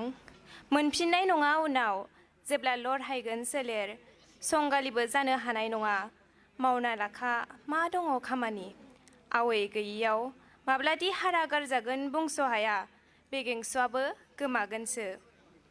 माब्लाबा माब्लाबा गोजां बोथोरनि थङा बिसिनो हायाब्ला गोसोआबो गोफोन जालाङो. जेन' आंबो बिदिनो जेंसि बिसिगासिनो दङ. सोंथिक रासिया मोदोमावनो गोनांखाय जिउखौनो माब्लाबा जमफुरि बादि मोनलायलाङो. आंगो गैयि बादि बिखायाबो खें खें सायो नायहरलाय हनै खायमा रुंसाथिं दाउफोरा बेसे गोजोन आरो बेसेबां मोजां रोजाबो बिफां बिफां रंजाबायो नाथाय सुबुं माहारिया मानो गोसोआव जेवरा लुयो दे आंबो गोजां बोथोराव थोरफो खसाब गानो आरो बैबो गोलोम बोथोराव गिसिब सिबो आरो आंबो बोथोरा मालाय होंगो दोंगो गैया नाथाय जोंहा मानो नारखे नुरखे खालिबोल' खिबु सावलायो हाथरखि थुख्लायो आरो गुस्थि फेनलायो जोंदि नारजि अरगारलायनाय बायदि थेवबोदि जों दंजायो बयहाबो आसुगुर गावगासे हां थैनाया सुबुंखौ खुरख्लाबबाय थायो आरो गाराय खालामो गोरबो गंसे खें मोनखाङो माबा गोमाबाय माबा गावख्लाबबाय बेसेबा आलौवो जिउ थाजासे आरोबाव दाखुरख्लाबसै दे गोजोन्थों जोबोद जोबोद साबायखर थाबाय सुमित्रा बसुमतारीनिसिम दानिया फैगोन राजश्री चक्रवर्ती बिथांखौ गांसे आर'नाइजों बरायनो थाखाय खावलायनाय जाबाय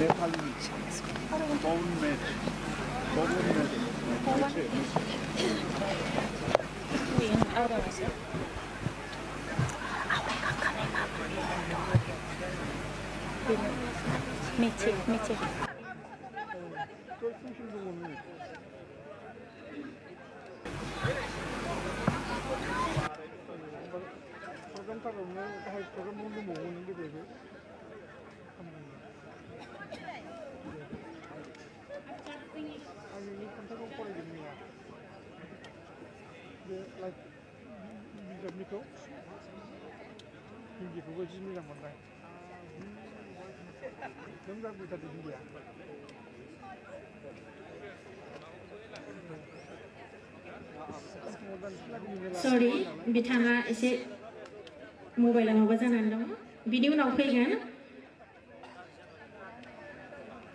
सिफुं ऋषभ बशिष्ठ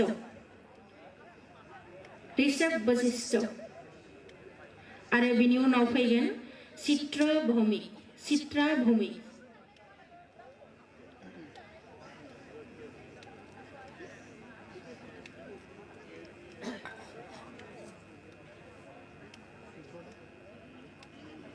जानो हागौ बिथांमोना गैया श्रीमान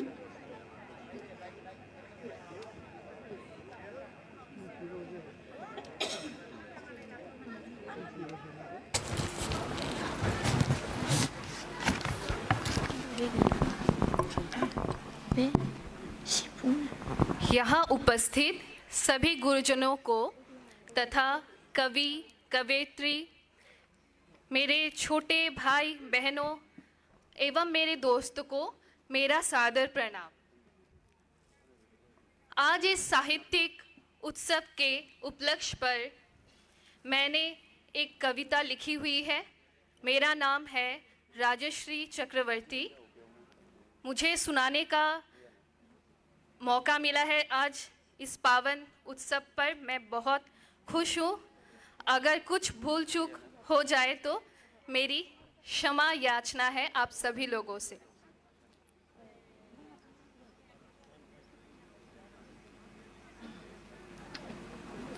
मेरी कविता का नाम है नारी सम्मान और ये कविता कुछ इस प्रकार है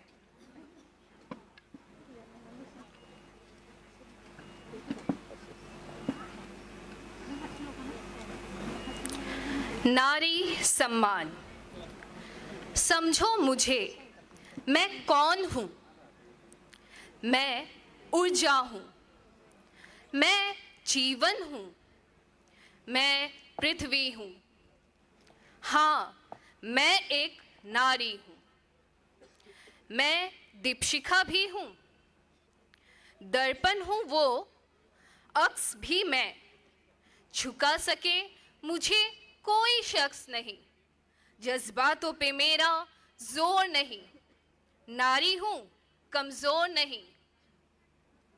स्वाभिमानी हूं व आत्मनिर्भर भी मैं। टूट के बिखरूं अब वो वक्त नहीं। कभी बेटी, कभी बहन, कभी बहू, हाँ मैं ही तो माँ हूं। मैं ही तो, हाँ मैं एक नारी हूं। न मांगा है कुछ जमाने से, न मांगा है कुछ जमाने से, चाहा है बस इतना। न मांगा है कुछ जमाने से, चाहा है बस इतना। सम्मान करो मेरा, हो सके तुमसे जितना। ख्याल रखती हूँ सबका, ख्याल रखती हूँ सबका, लक्ष्मी का रूप हूँ। ख्याल रखती हूँ सबका, लक्ष्मी का रूप हूँ। ऐसा कहते हैं मुझे, तो हर जगह देवी जैसा क्यों नहीं पूछते मुझे। धन्यवाद। Thank you so much, ma'am. दानिया फैगोन चित्रा भौमिक। चित्रा भौमिक जानो हागौ बिथाङा गैया। दानिया फैगोन बिनापानि नार्जारि। बिनापानि नार्जारिनि उनावनो फैगोन बनजार गोरा ब्रह्म।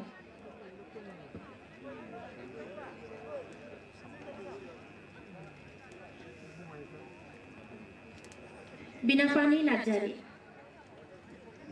जाहाथे बिथाङा खन्थाइखौ दोंसेल' आवरायफैयो।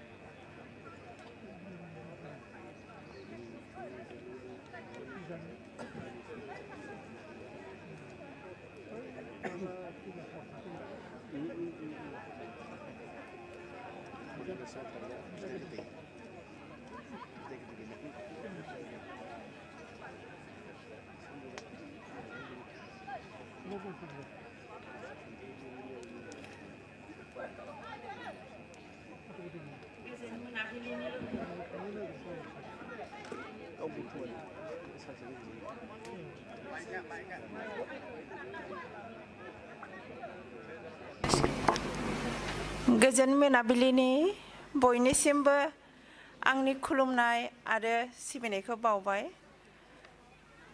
आं दोंसे बर' खन्थाइ आवरायनो सानदों। बे खन्थाइनि मुङानो जाहैबाय आं नोंनि मुखुथा। आं नोंनि मुखुथा, फागुना फैयो जावलिया बारजों लोगोसे। गोजा गोमो गोथां आबिर लानानै देवोलनि स्राय रंजानो होननानै। बि फैबोला लाइमोन गोरबोफोरा सुमलि थुलाफोर बादि उरां फारां बिरबायबायो। सोरबा आंगोनि सं दाननानै जुलिनि गोदै देंखो रिंहोनो नंनानै। बि फैबोला थाइजौ मावलिनायजों खान्थाल मुसिनायजों मिथिंगा सिख्लायाबो देलायस्रो देलायनानै समायना महर लायो। जानो हागौ बिबो अनजालु सानरजेखौ मुजिहोनो नाजाबायो। सोनाब फैसालियाव थाखोमा हैयालासे गावजोंनो थायो जेन' गुलि गुलि।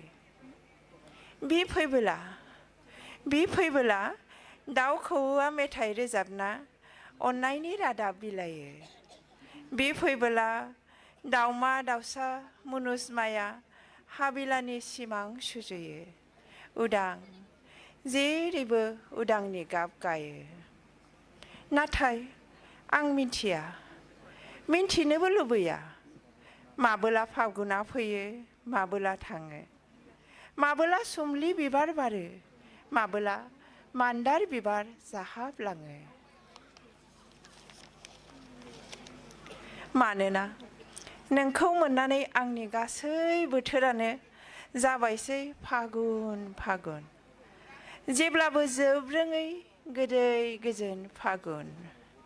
मानोना आं नोंखौ जेब्ला नुजेनदोंमोन, आंनि गोरबो बिखायाव बारदोंमोन बायजाबथु मोदोमफ्रु सिफालि जायखौ नों अननायजों खनथुमना नोंनि जिउ सानस्रियाव लादोंमोन साजायना आरो निजोम निरिबिलि दैसा गाथोनाव जेब्ला जों सानैजों बेरायदोंमोन आं होनाय समायना गलाब बिबार नोंदि लादोंमोन अननायजों बिखा गेजेराव बजबनानै अब्ला मानोथो फालासु बिबार मानोथो हास्थायगौ मान्दार बिबार नों आंनि आं नोंनि जुगे जुगेनि जोंदि नङा एखुथा दान्दिसेबोनि मानोना नोंनो आंनि सिमां नोंनो आंनि मोगथां नोंनो आंनि जिउ नोंनो आंनि मुलुग संसार नोंनि अनगा गैया आंहा फोथासेबो गुबुन हाबिलास मानोना आंदि जाबाय दायो गुफुर गोजों जिउनां मुखुथा नोंनि अनसुला गोरबो जुनाय खंनि गोजोन्थों जोबोद जोबोद साबायखर थाबाय बिनापानि नार्जारी बिथांनिसिम दानिया फैगोन बनजार गोरा ब्रह्म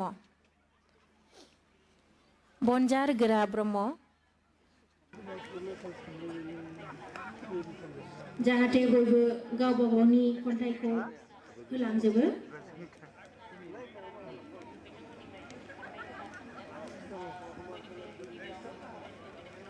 माबाया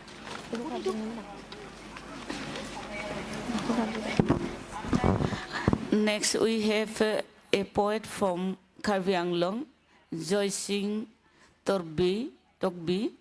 I would like to request him to be ready to recite his poem after. गोजोन मोनाबिलिनि बयनिसिमबो गाहाम हामलायनाय बावहरदों आंनि खन्थाइनि मुङानो जादों मागोनि रोमोदो बेसरबारियाव नों सावगारि सेबखांजाखालि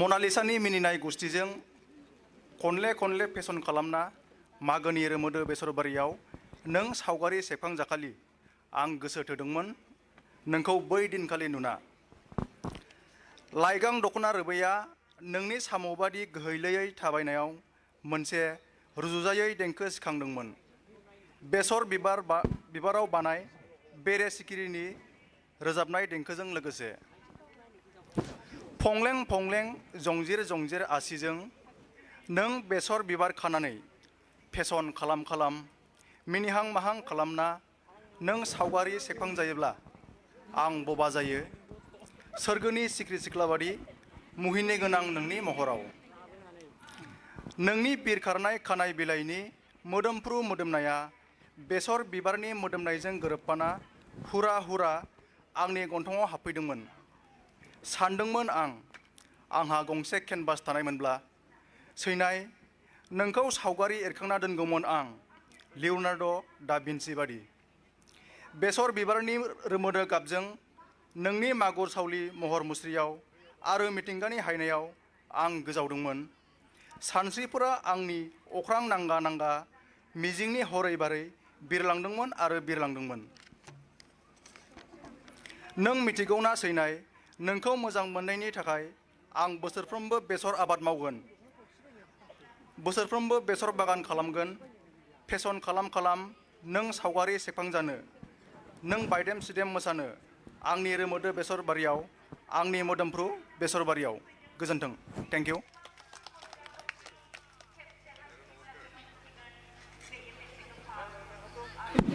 गोजोन्थों दाना मैं अब बुलाना चाहूँगी जय सिंह तोगबी को फ्रॉम कार्बी आंगलोंग ये है जय सिंह तोगबी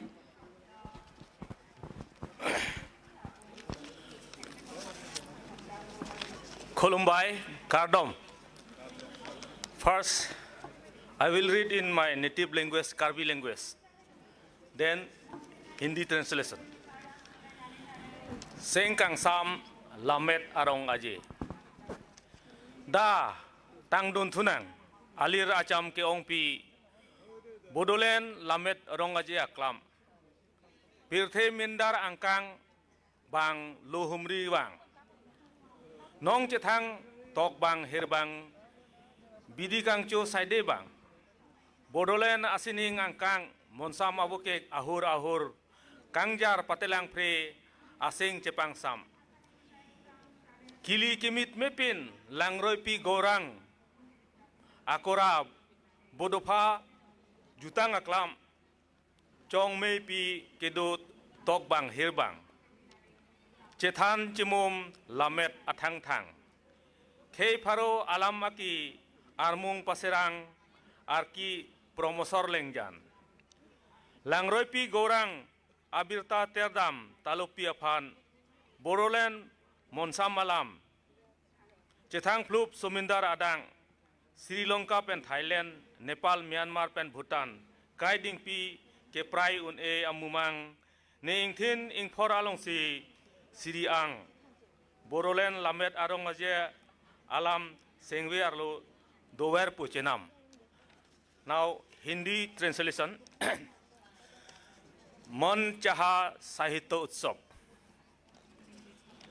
चलो एक बार फिर से हसीन बोरोलेन के साहित्य उत्सव में आएंगे बड़े बड़े साहित्यकार पूरे दुनिया से आएंगे कलाकार आएंगे बुद्धिजीवी कोलाहल से भरेंगे बोरोलेन का अंबर उड़ते पंछियों के गुंजन से झूमेंगे बोरोलेन के सारे अनंत धारा का यो गोरंग के किनारे बोडोफा उपेंद्र ब्रह्म क्षेत्र में साहित्य का यो विराट समारोह सैकड़ों सुरीली भाषाओं के गुंजन गोरंग की लहरें बता रहे हैं शांति और भाईचारे का भाषा लोहित होकर गंगा तक जमुना पद्मा से मेघना होकर सागर महासागर तक एकता और प्रगति की गाथा श्रीलंका से थाईलैंड नेपाल म्यांमार से भूटान दिल से दिल तक खींचती लकीरें कभी न भुलाने वाली यादें बोरोलेन की ये साहित्य के यादें प्याले थैंक यू खुलुमबाय अगेन थैंक यू सर दानिया फैगोन नीलिमा बसुमतारी बिथांनि उनाव फैगोन प्रमिला नार्जारी दानिया खन्थाइ आवरायनो फैगोन नीलिमा बसुमतारी बिनि उनावनो प्रमिला नार्जारी बिथाङाबो रेडि जानानै थानांगौ बिथांखौ गांसे आर'नाइजों बरायना लानो थाखाय खावलायनाय जाबाय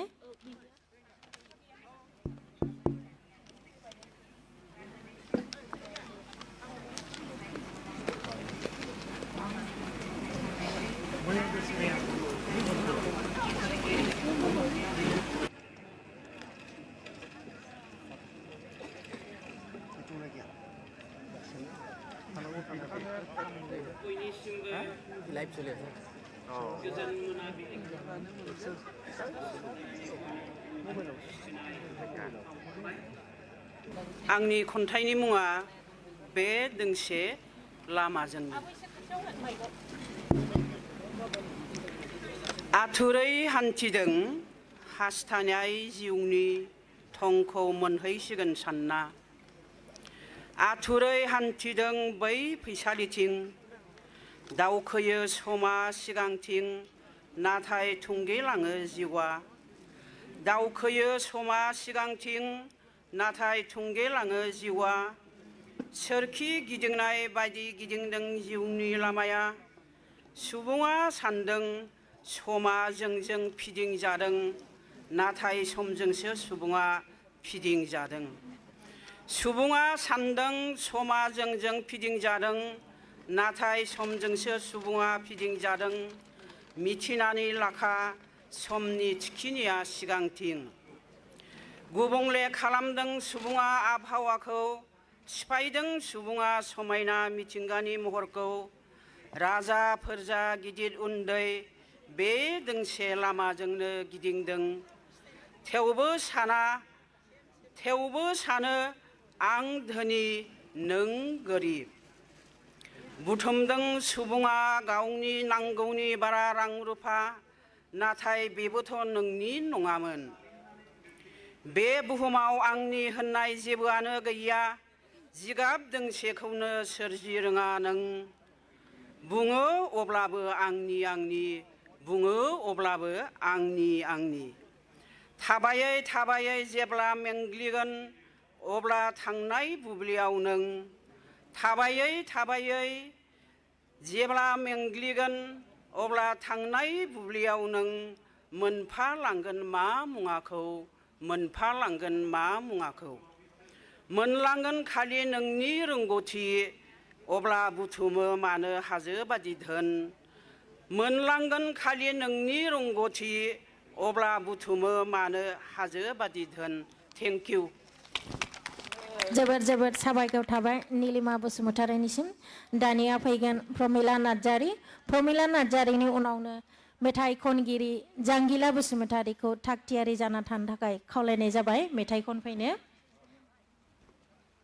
बिथांखौ गांसे आर'नाइजों बरायना लाग्रोनो थाखाय खावलायनाय जाबाय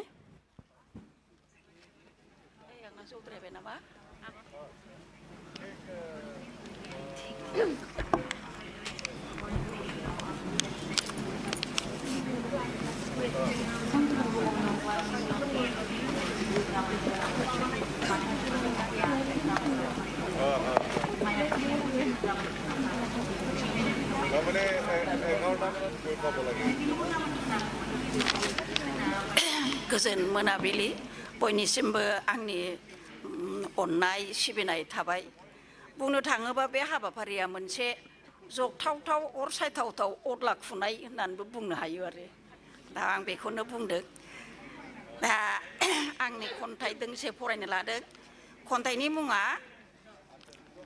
हांमालिनि गोदै सिमां हांमालिनि गोदै सिमां बोथोरनि फिरखिरनायाव गिदिं गिदा माब्लाबायनो सौफैलायबाय नों दुफां बोथोरनि फैसालि रुगुं माग दाननि गुसु सुहाबलायनाय थन्थ्रलायनाय गोजांनाय बोथोर आंगोनि आंगो दमासिनि फिथा सौराय लारु एन्थाव जालायनाय बोथोर आरोबाव सौफैलायगौ हनै फागुननि जिग्रोद बाराबो मुलुगनि साफ्रोम सुबुंखौबो दुंब्रोद बार बिलाइनो बोराय बेन्थ सेंग्रा सिख्ला गथ' गथाय हलायै मिथिया हसियानो आद्रि बाद्रिनो मागो दाननि दोमैलु बोथोर बेलासि समाव गोथां अखोरां बुंफबनाय माख्ला माख्लि जोमैनि आन्दोआव दाउसिन दाउब'फोरा फालो फालो सोनाब फारसे बिरलांदों गां फिरि फिरि गेगे गागानो दुफां बोथोरनि फैसालि रुगुं गोरान बारनि बे लिरनायाव जाबायो बयबो उरां फारां बिफांनि गोरान बिलाइफोराबो फोर फोर स्रिं स्र' ज्रय ज्रय गोग्लैदोंसै जों लागोनि हांमालि सिख्लायाबो बिखायाव रोजासे गोदै सिमां सुजुनानै इसानसालियाव ख्रब ख्रब दख'ना थावसि दादोंसै आखायाव समायना रमायना जारोम गाबनि जेन्थ'खा गाब गानानै देग्लायनि मेसें बोथोरावनो सैमा अरलाय होनोबो सान्दों हांमालिया गावनि गोसो गोरबो इसिं खनानि मोफ्लामनाय आयनानि अनजालु जोहोलावजों खन्थाइया एसेनोसै गोजोन्थों जोबोद जोबोद साबायखर थाबाय प्रमिला नार्जारि बिथांनिसिम दानिया मेथाइ खनगिरि जांगिला बसुमतारीखौ खावलायनाय जाबाय मेथाइ खनफैनो थाखाय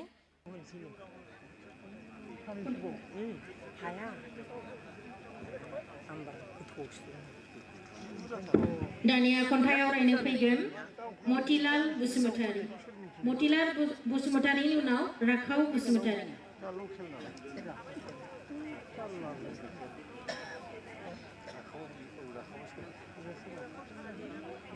मतिलाल बसुमतारी जानांगौ बिथाङा गैया दानिया फैगोन भुमा रानि बरगयारी बिथांखौबो गांसे आर'नाइजों बरायना लानो थाखाय खावलायनाय जाबाय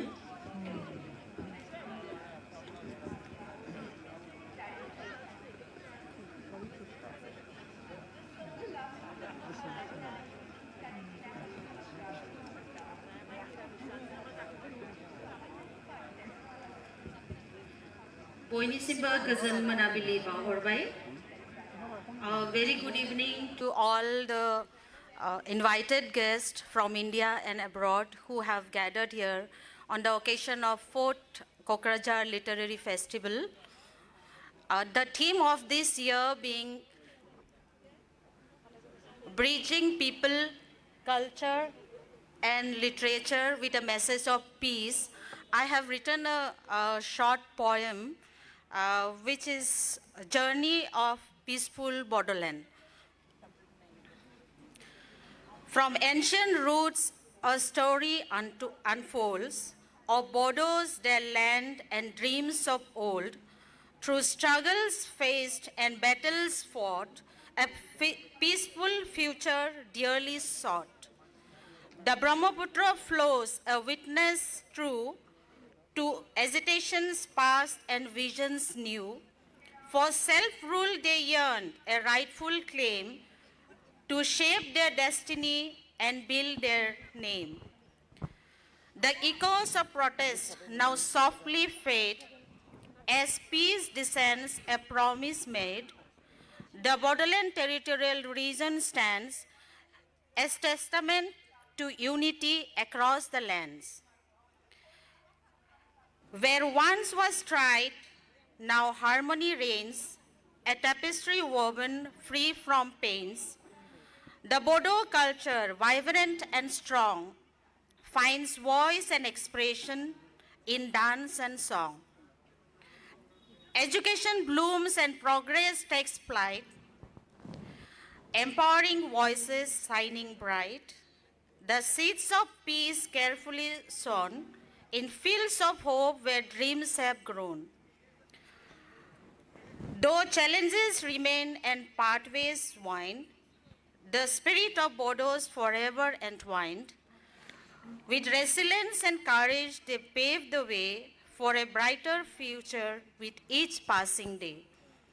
The BTR stands tall, a symbol of pride, where peace resides and dreams abide, a history written in hearts so bold, a peaceful story waiting to be told. Thank you so much. Thank you, Humarani. Now, we are very lucky that we have a poet from Ladakh. He is none but Tenzing Sandhu. So may I request Tenzing Sandhu to recite his poem.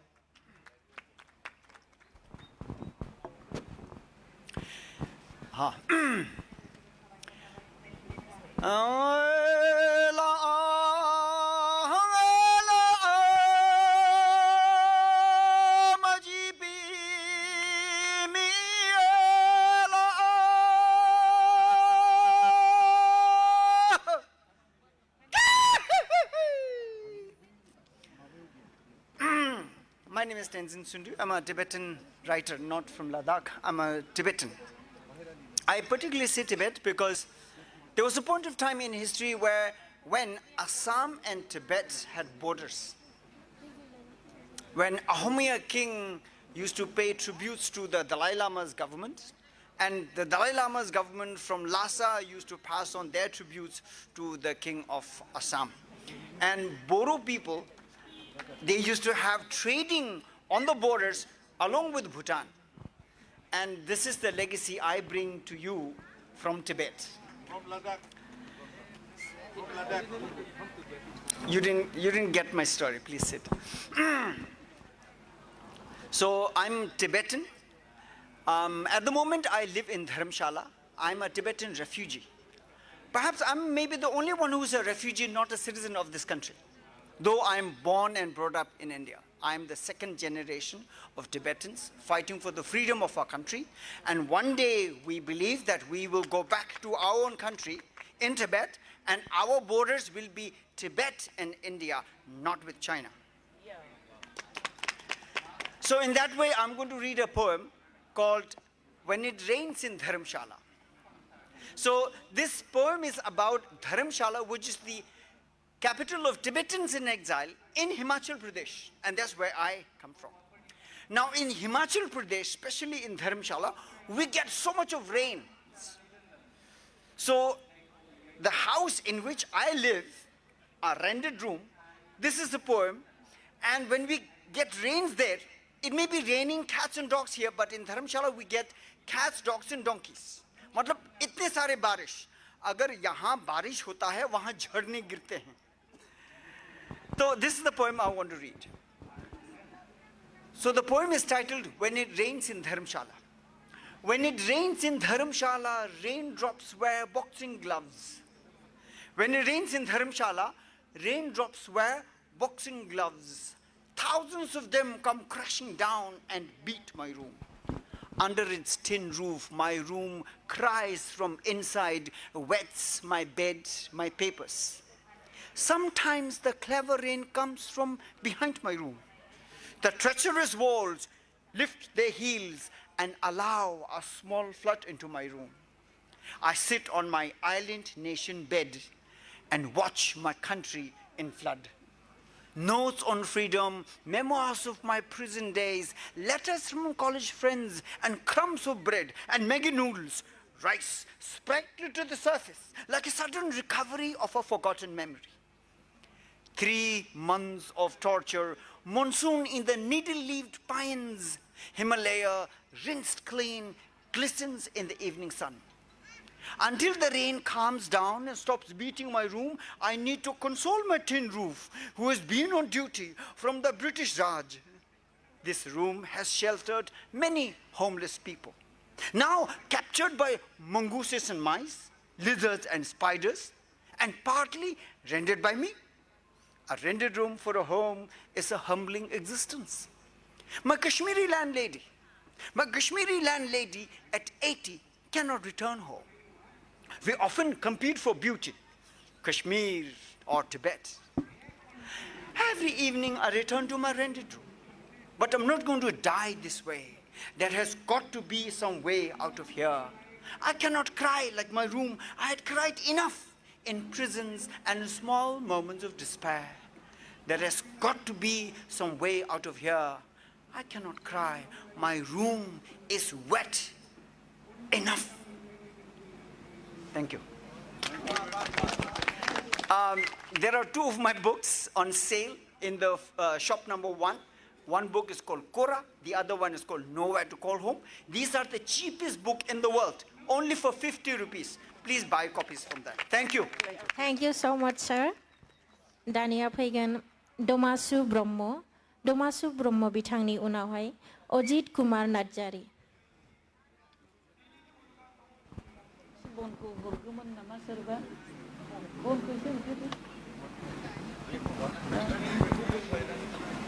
बिथांखौबो गांसे आर'नाइजों बरायना लायो.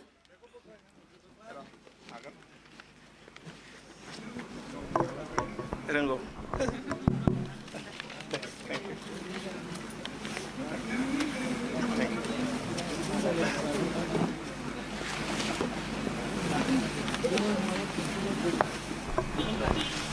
खुलुमबाय, नमस्कार. आंनि खन्थाइनि मुङा ददेरे सिमां. गौरां दैसा सेरनि बांबुर बिबारा दुफांनि देमलो गुरजां बारजों हायला हुला मोसायो. दुफावलु सिमां रनसायो.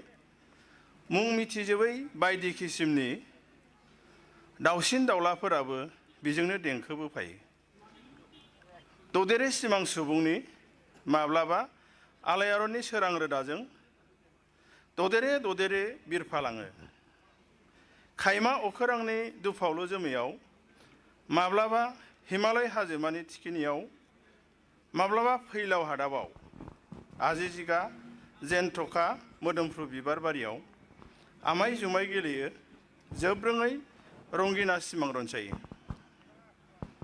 जाफुंनाय जाफुङैनि सानरिखियाव माब्लाबा निजोम राव गैयै बबा जाबोला ददेरे सिमां सुबुंनि दलर गोमजोरै गोदान मिजिंनि गोरलै फेंखा खिलिहोफिनो. बिदिनो बिदै बहरा मोदोमफ्रु जाफिनो. जिउ थांखिनि थिखिनि मोनहैयो. फारनै गुस्थियाव मिनिखोरिनाय लाबोयो. हास्थायो बेखायनो नोंखौल' आं फैबाय था नों अराय ददेरे सिमां सुबुंनि आंनि नोंनि बयनिबो सेराव आरोबाव बैसोर लोरबां सुबुंनि गोरबोआव जेबोला लाथिख' मोन्दांथिजों ददेरे सिमांफोरा आनज्रायलाङो आंगोफोरनो सहायख' हायै दुखु होना अबथिरा गावखौ बुथारनो सुइसाइड नाजाबोला जोब्रोङै ददेरे सिमां लानानै ददेरे सिमांनि लुजानानै एसेनोसै गोजोन्थों गोजोन्थों बा जोबोद गोथाव मोनसे हांख्रायनाय खन्थाइ फरायगिरि आरो खन्थाइ खोनासंगिरि नोंथांमोन बे मोनाबिलिखौ गोदै गोथाव आरो गोसोखांथि बानायनानै लाखि नोंथांमोना दानो न'आव थांथ'नो नाङा उननि जायफोर खन्थाइ आवरायगोन बिथांमोननि खन्थाइखौबो जोङो बयबो खोनासङोबा बिथांमोनाबो खन्थाइखौ फरायनो एसे गोसोआव बोलो मोनगोन मोजां मोनगोन ओंखायनो नोंथांमोना जायगानिफ्रा थायोबा जोबोद गोजोनगोन दानिया बिनि उनावहाय खन्थाइ फरायफैगोन अजित कुमार नार्जारि बिथांनि उनाव आवरायफैगोन बनिता बसुमतारि दानिया फैगोन अजित कुमार नार्जारि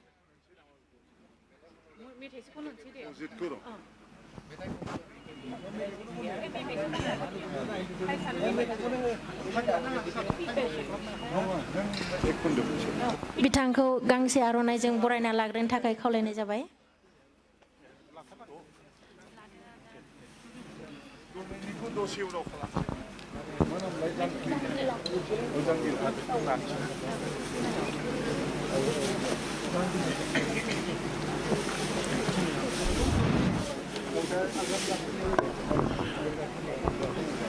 नोंखौ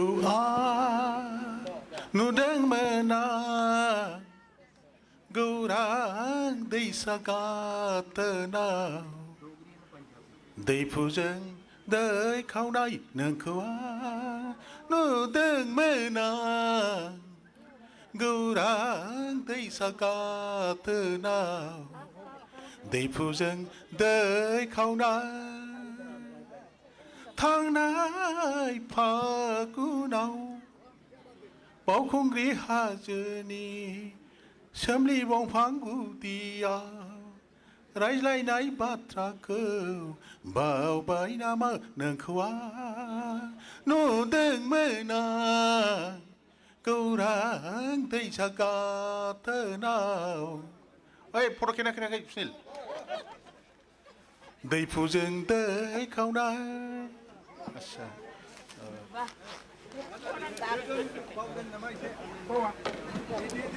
दा माने आङो सेलेफानिसो माबानोसै बयबो बर'नि आवरायबायथ' गाज्रि मोननांला सेलेफानि बिसोर बुजिनाय नङा मेरा कविता का नाम है नयनी सुंदर नयन मेगनश्री नयनी मेगनश्री तुम्हारी सुंदर छवि बेग वहाँ की फिट जैसे धनुष दौड़ी शुका पर्सन की नौखिला तीर सी आँख को तुम मुझे ही दृष्टि निगाहती खस हु गया घुस श्रीदेवांतर दुखत मैं पीरा से सटपटाते तुम्हारे सुंदर छवि बेग वहाँ की फिट जैसे धनुष उल्टा पुल्टा मरकता तुम्हारे ही नकीला वान अभ्यंतर और हृदय में मुक्त हस्ते बहती तीव्र गति से गर्म खून तुम्हारी सुंदर छवि बेग वहाँ की फिट जैसे धनुष मैं बिखरे खून चिल्लाता नयनी नयनी नयनी मेगनश्री मेगनश्री मेगनश्री तुम मुझे तीर मारा नकीला तीर मुझ में घुसा तुम्हारी तीर का कांटा उल्टा टीका और विष युक्त तू उसे न निकालना नहीं तो गुम होगा दे अचानक तुम्हारी सुंदर छवि बेग वहाँ की फिट जैसे धनुष तुम्हारे सुंदर छवि बेग वहाँ की फिट जैसे धनुष दौड़ी शुका पर्सन की नुकीला तीर से आँख को प्यारी लाल खून से लिखे प्यारी लाल खून से लिखे ये पत्र को मिले तो तुम न भूलना प्रत्युत्तर देने मैं भी तुझे ही प्यार करता अभी भी तुम्हारे सुंदर सभी बेग बह की पीठ जैसे धनुष प्यारी मारना मत तुम बाण से अंतर मेरा तुझ के नो निकलना तीर को क्योंकि प्यार टुकड़ा नहीं जाता निकलते फिर तीर को बोलते फिर प्यार नहीं दिल दुख से टूट जाएंगे टुकड़े टुकड़े प्यारी तुम्हारा नाम कितने मीठे जख्म होने पर भी क्या होगा तुम्हारी सुंदर सभी बेग बहोगी फिर जैसे धनुष धन्यवाद जोबोद जोबोद साबायखर थाबाय अजित कुमार नार्जारि आदानिसिम दानिया फैगोन बनिता बसुमतारी दानिया फैगोन बनिता बसुमतारी बनिता बसुमतारिनि उनाव डक्टर निजोम नार्जारि बिथांखौ गांसे आर'नाइजों बरायना लानो थाखाय खावलायनाय जाबाय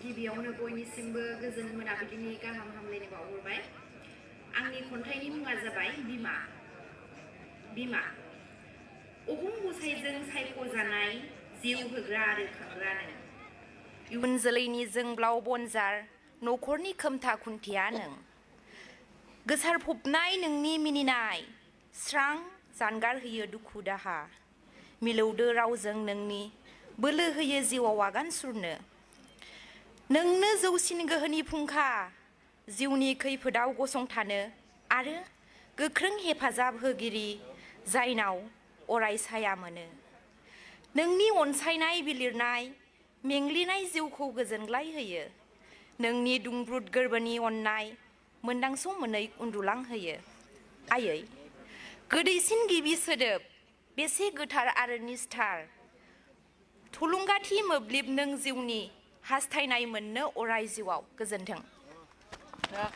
गोजोननाय थाबाय बनिता बसुमतारिनिसिम दानिया फैगोन डक्टर निजोम नार्जारि डक्टर निजोम नार्जारिनि उनाव रुबिला बसुमतारिखौ खावलायखानाय जाबाय खुलुमबाय गुड इभिनिं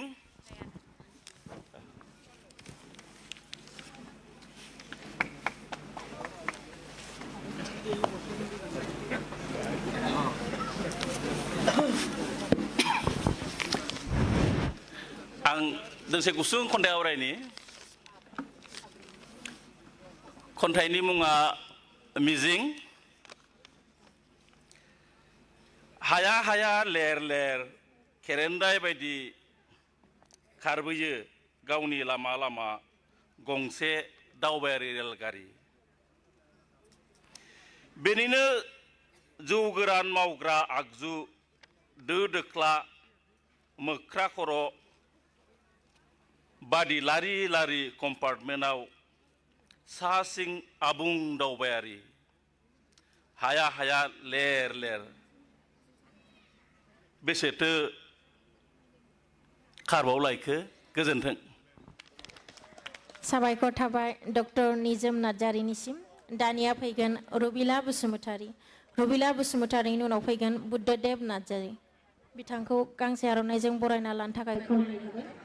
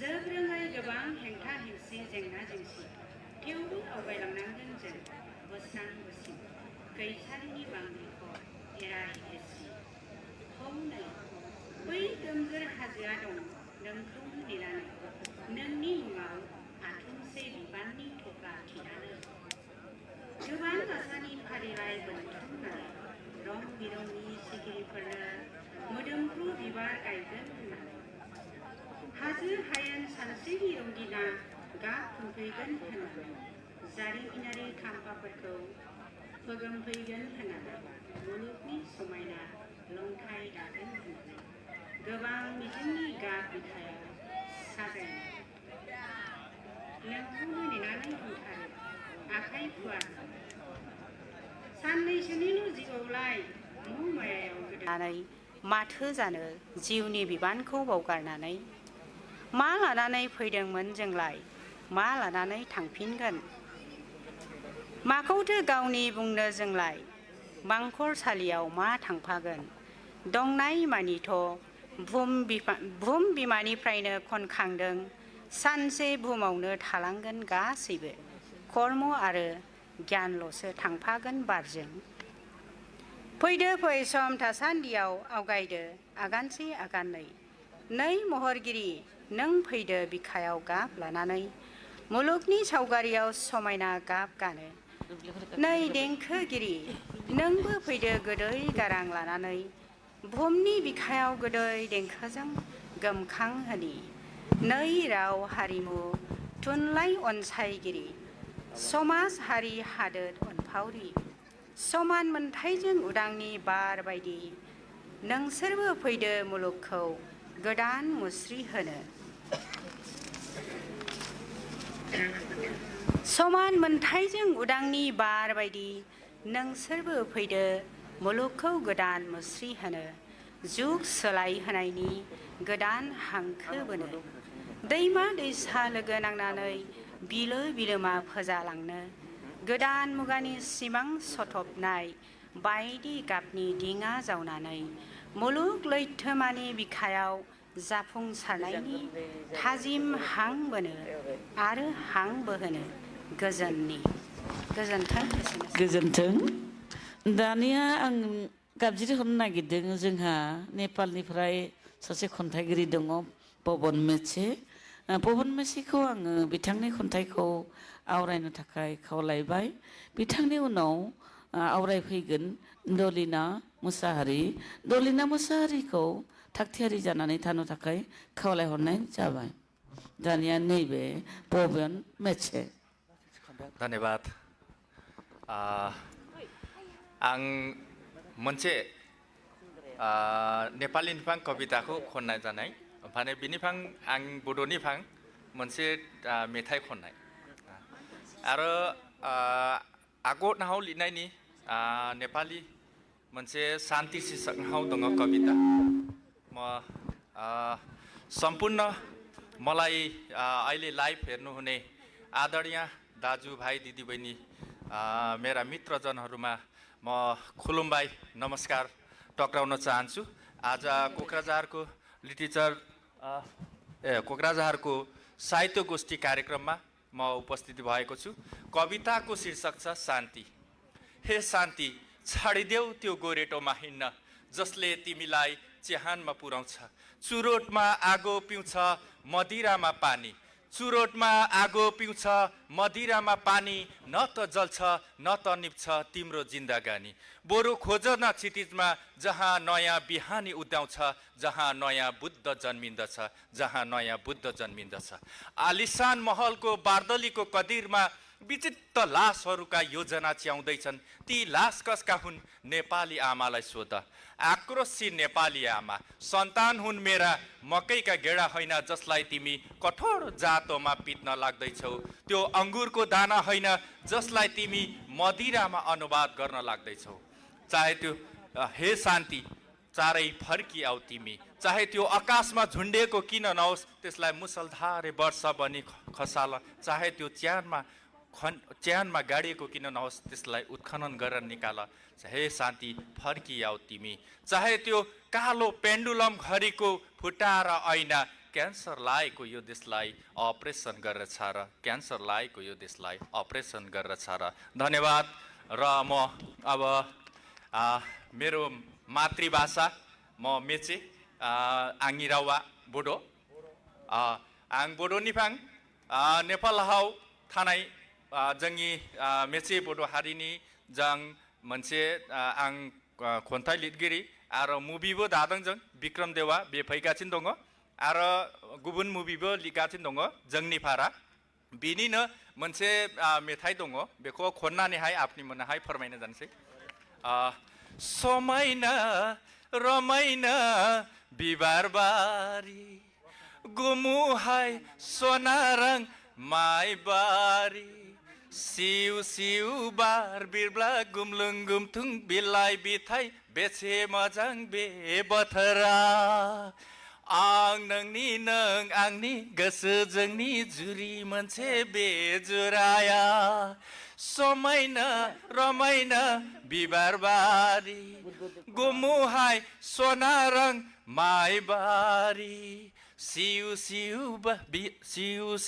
बार बिरब्ला गुमलुं गुमथुं बिलाइ बिथाइ बेसे मोजां बे बोथोरा सिउ सिउ रिउ रिउ गान्देवला बायदिन बिरगौ आङो गोसो जोंनि बे बोथोरा समायना रमायना बिबार बारि गोजोन्थों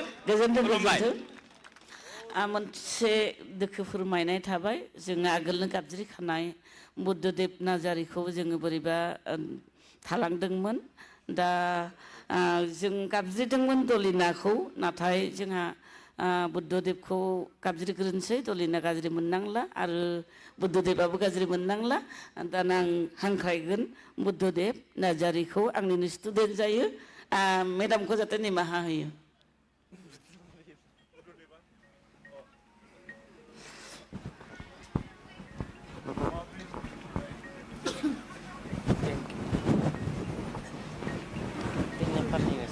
सार बेलेग हारिफोरखौ बर जाजोब्बाय मा जादों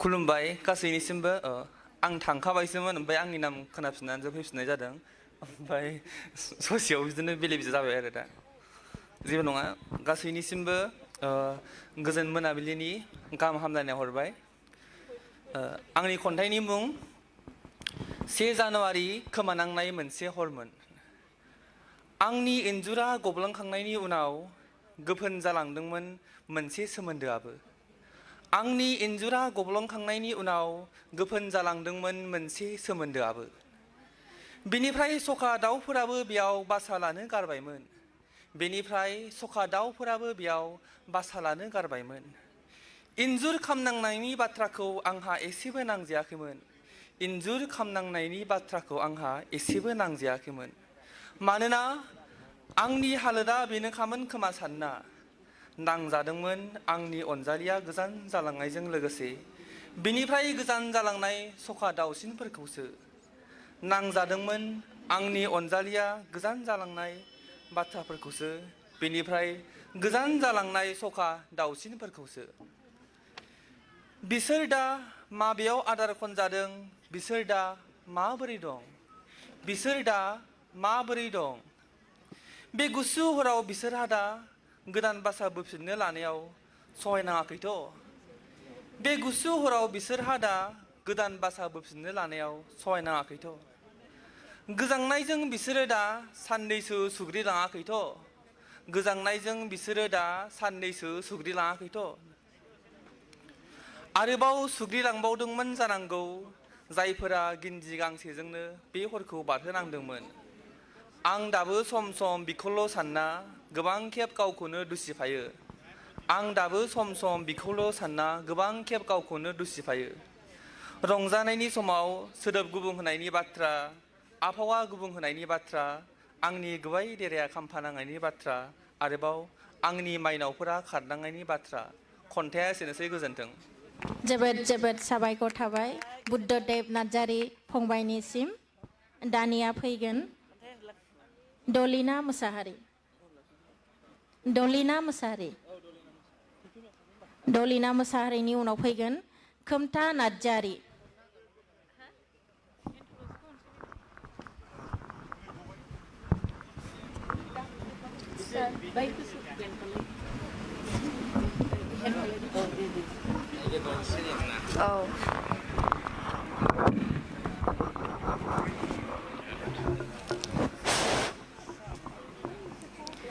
Kulumbai, myself Dolina Mosari. Today, I am going to recite a Bodo poem which is written by me.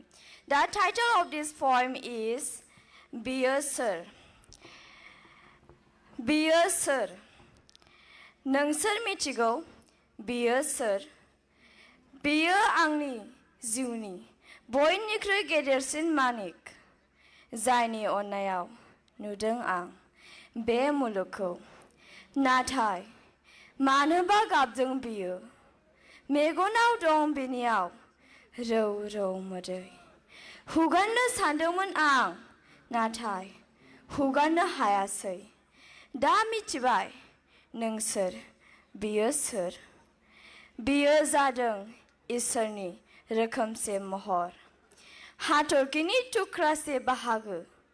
Zaiko hordung buhumau, isra, boynubu. Natai, manadi duku, bini gusuau. Sungnus hanblabu, sungnus hayasay ang. Obla kanasong, biyo sir. Biyo zadung, angni ay. Biyo zadung, bimani mohorau, sase mudaizu.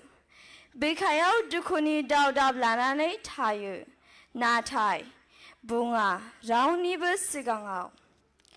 Kamgliyo gusua bini. Zuzaini or baidi.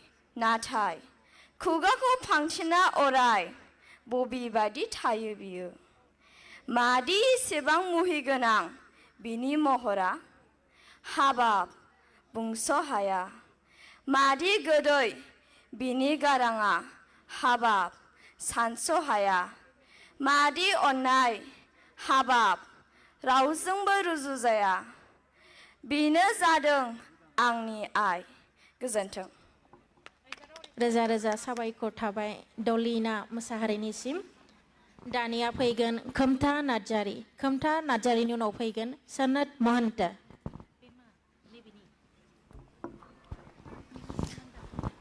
खोमथा के बाद हम बुलाएंगे Sanat Mahanto OST BTC.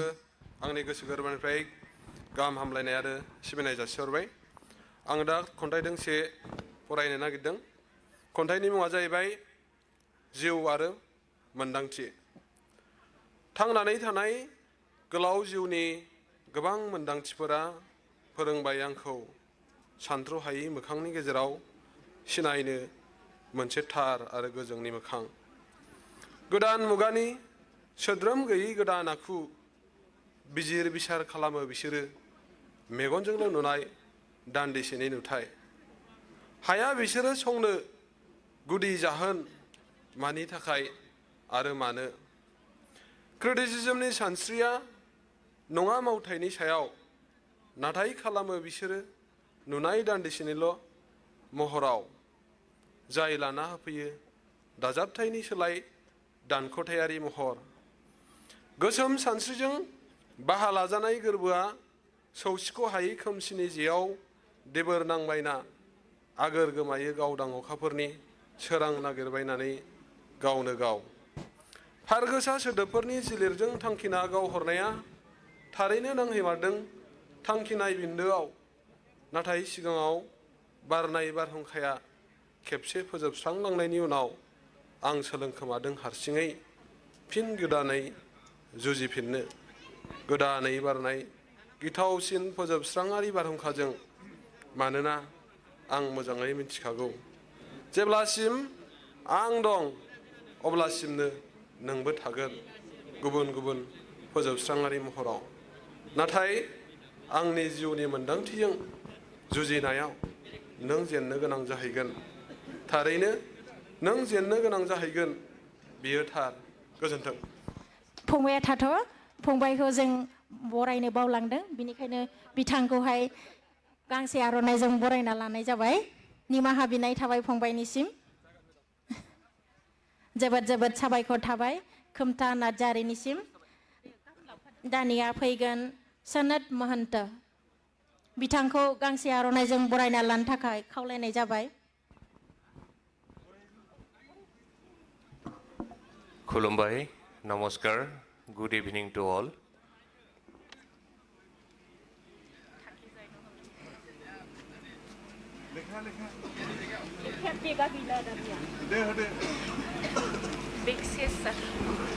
Thank you.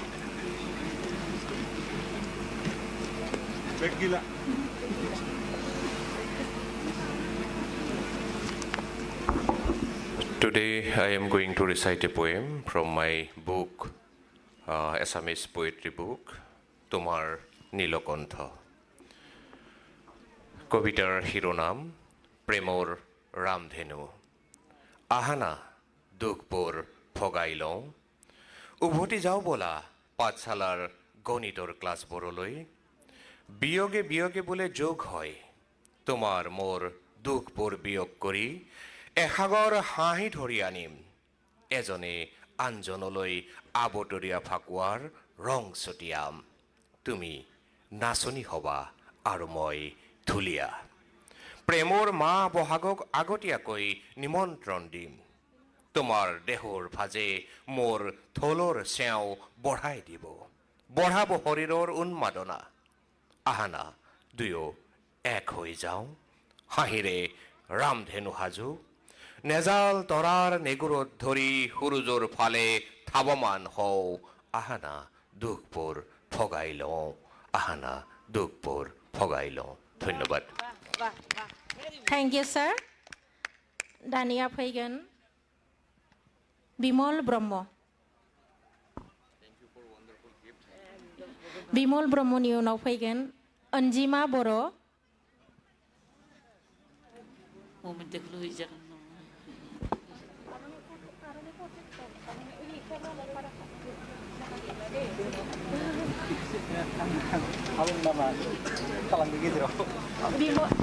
Bimal Chandra Brahma बिथांखौ गांसे आर'नाइजों बरायना लानो थाखाय खावलायनाय जाबाय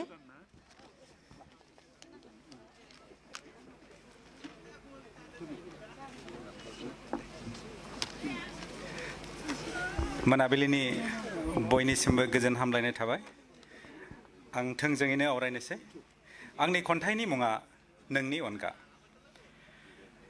अनगा आं जेबो नङा मोनसे जिउ गैयै सोलेर नोंनि अनसुमै रावजों आंनि सोलेरा जिउ मोनखाङो सोलेरनि अंगफोरा सिरि मोनो हुस फैयो जेन आं गंसे गारि आरो नों सासे मोजांसिन सालायगिरि नङाब्ला आं गंसे लोरगि गैयै दिङा आरो नों दिङा जावारि आंनि थासारिया नोंनि मोखाङाव रोखा बेरखाङो आं दुखु जायोब्ला नोंनि मेगनाव मोदै बोहैयो आंनि सुखुआव नोंनि गुस्थिया मिनि खैरोयो मादि सोमोनांथाव आंनि सुखु दुखु नोंनि जिउमायाव बेरखांनाया माबायदि मोनदांथि गोहो बेयो मोजां मोननाय मोननै जिउमानि Is it the powerful feelings of love or the magical power? बेनो नामा मोजां मोननायनि गोख्रों मोनदांथि ना जादु गोनां गोहो सान गोरलै बायदि गोजों मोनाबिलि बायदि सुदेम नोंनि महर आंनि गोसोआव गोग्लैयो हान्थिनाय जिउनि लामा दथायाव जिउ गैयै महराव गोग्लैसोना दंमोन आं हरखाब नों आंखौ रायदाव फैबाय जिउआ गोदान महर मोनबाय मुखुब जाबाय आं गावखौ साजायना नोंजों लोगोसे संसारनि लामा हान्थिनो सुखु दुखुनि बाथ्रा सावरायनो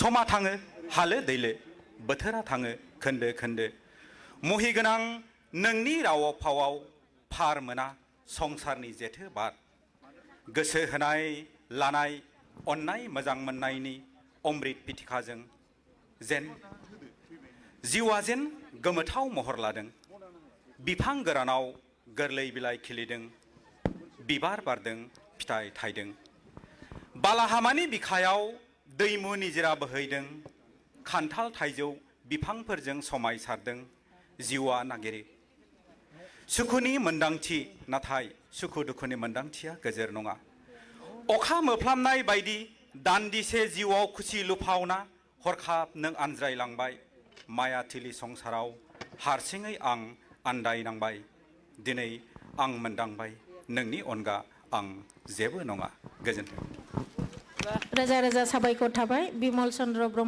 ब्रह्मनिसिम दानिया फैगोन दहाय गाबज्रि खालांनाय बिथाङा जोंनि गेजेराव सफैबाय राजा देबजित बसुमतारी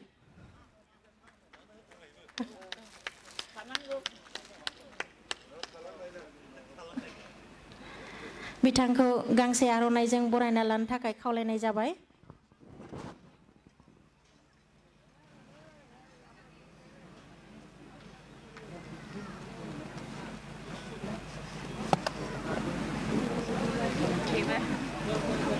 मना गैला ओमफ्राय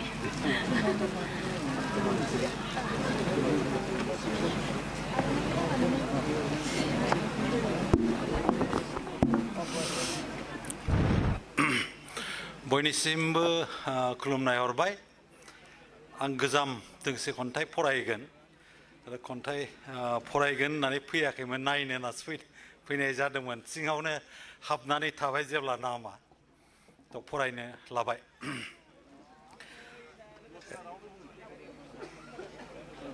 खन्थाइनि मुङा जौसाय दाबुं नों आंखौ जौसाय दाबुं नों आंखौ जौसाय दाबुं नों आंखौ लोंनायावनो लोंब्रेफ्राङोब्ला आं मा खालामनो जौसाय दाबुं नों आंखौ लोंनायावनो लोंब्रेफ्राङोब्ला आं मा खालामनो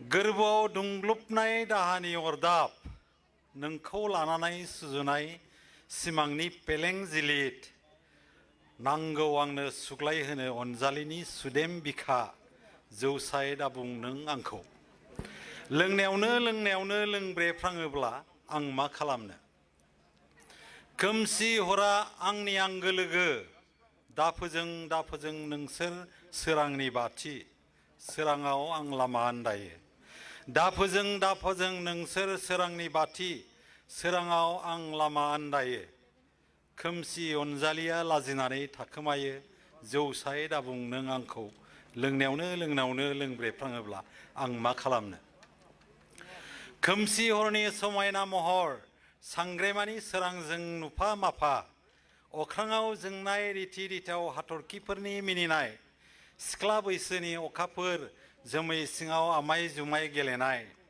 दिथौआव नोंनि सावगारि बेरखांनाय आं मा खालामनो जौसाय दाबुं नों आंखौ लोंनायावनो लोंब्रेफ्राङोब्ला आं मा खालामनो हाथासि मिजिं हाथाइसुला गोसो नोंखौ मोननायनि हाबिला गुमा संग्रा एम्फौफोरनि जंखायलु मेथाइ आरो फेसा बायगरा मिनिदोंसो दाफोजों सोरांनि बाथि सोराङाव आं लामा आन्दायो जौसाय दाबुं नों आंखौ लोंनायावनो लोंब्रेफ्राङोब्ला आं मा खालामनो खुलुमबाय जोबोर गोजोननाय थाबाय राजा देबजित बसुमतारी बिथांनिसिम दानिया फैगोन अनजिमा बर'नि उनाव फैगोन गयश्री औवारी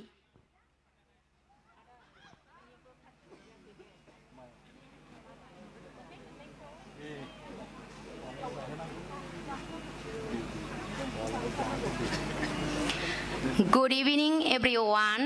खुलुमबाय नमस्कार नमस्ते आंनि खन्थाइनि मुं आं लाजिया आं फोरमायगोन दिनै माइरं गैया थेवबो आंहा दुखु गैया गैथारा नङा दङ खुरैसे माइरं नखराव दङ गासै साब्रै जागिरि बोथिसेयाव सानै फिसानो खुरनानै जाहोबाय गारबासेनि आद्रा सासेया सोंबाय आयै ओंखाम दंबावो नामा अब्ला आं फिनबाय आफा आं दिनै माइरंखौ खम लाफ्लांदों ओंखाम संनायाव दे आफा दैखौनो एसे बुरजा लोंदो सासेया सिरियै जाखांबाय दानिया एबाराव गावनि फारियाव फैबाय दानिया बियो सोंबाय नों जाबाय नामा अब्ला आं फिनबाय आंखौ दिनै मानोबा जोबोद ख्लां ख्लां उखैनाय मोननायखाय दहायनो जाखांबाय फिसाफोरजों नोंनि गोथार गोसो गुरै रावजों नों जाबाय नामा सोंथिनि थाखायनो दिनै आंनि उदैया बुंबाय आरो दमखलनि गिलाससे गुसु दैजों सुग्लायबावबाय आंनि देहा सोलेर आरो गोजोन थाजिम मोनबावबाय आंनि खन्थाइया एसेनोसै गोजोन्थों जोबोद जोबोद साबायखर थाबाय अनजिमा बर'निसिम दानिया फैगोन गयश्री वारिनि उनावहाय फैगोन रिश्मा दैमारी गयश्री वारि बिथांनि उनाव फैगोन रिश्मा दैमारी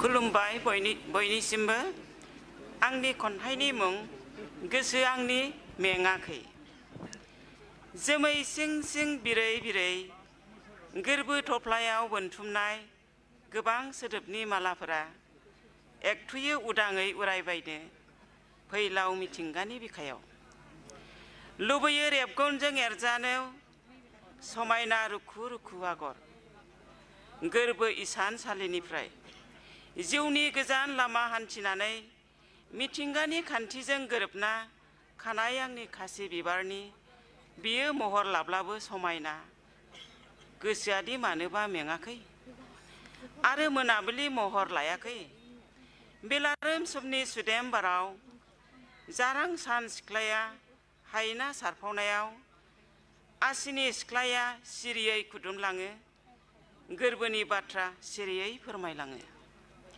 हर गेजेरनि मोदोमफ्रु सेफालि बिबारजों मोजां मोननायनि रादाब होलाङो गोरबो आंनि बिलिरलाङो एसेनोसै जोबोद जोबोद साबायखर थाबाय गयश्री वारिनिसिम दानिया फैगोन रिश्मा दैमारिनि उनाव प्रियमदा बसुमतारी आरो बिथांनि उनाव फैगोन फुलश्री गयारी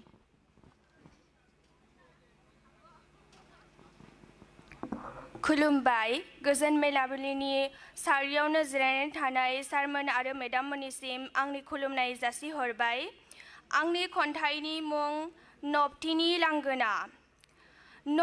लांगोना गोजांनाय बोथोरनि निहोरनि हाथरखि थुबुर हायनाजों बिलाइनाय मिथिंगानि देलायस्रि गाब थुबदा थुबा बारफबनाय देलायमांग्रि लांगोना बेरे फुंजा नालेंखर हासिबजों सिनायथि होजानाय जिउ नबथिनि दावहायाव सायखं गानो सोलोंनाय जायगा आवग्रिना लायो अरदाबनि बन्थजों बन दामोल मिहि रोजा फालिजों फोथार लायो मेसेंनि आबाद मुगानि फावथिना मुसिजानाय उन्दाहानि फारनै खोमसि दरखं नागारना थांनो लुबैयो बेंगुरा जानाय सोलास्लिबनाय हर हासार गोनां गोबोरखि दामोल महर लाब्लाबो हांफोरा सरथे गोदान नखर गोदान संसारनि उनाव गोग्लैजायो खोथा बुंबानो सिनायथिनि मोन्दांथि सावना होयो साखाथि फाखाथि मुसिलांनाय देरा गोबाय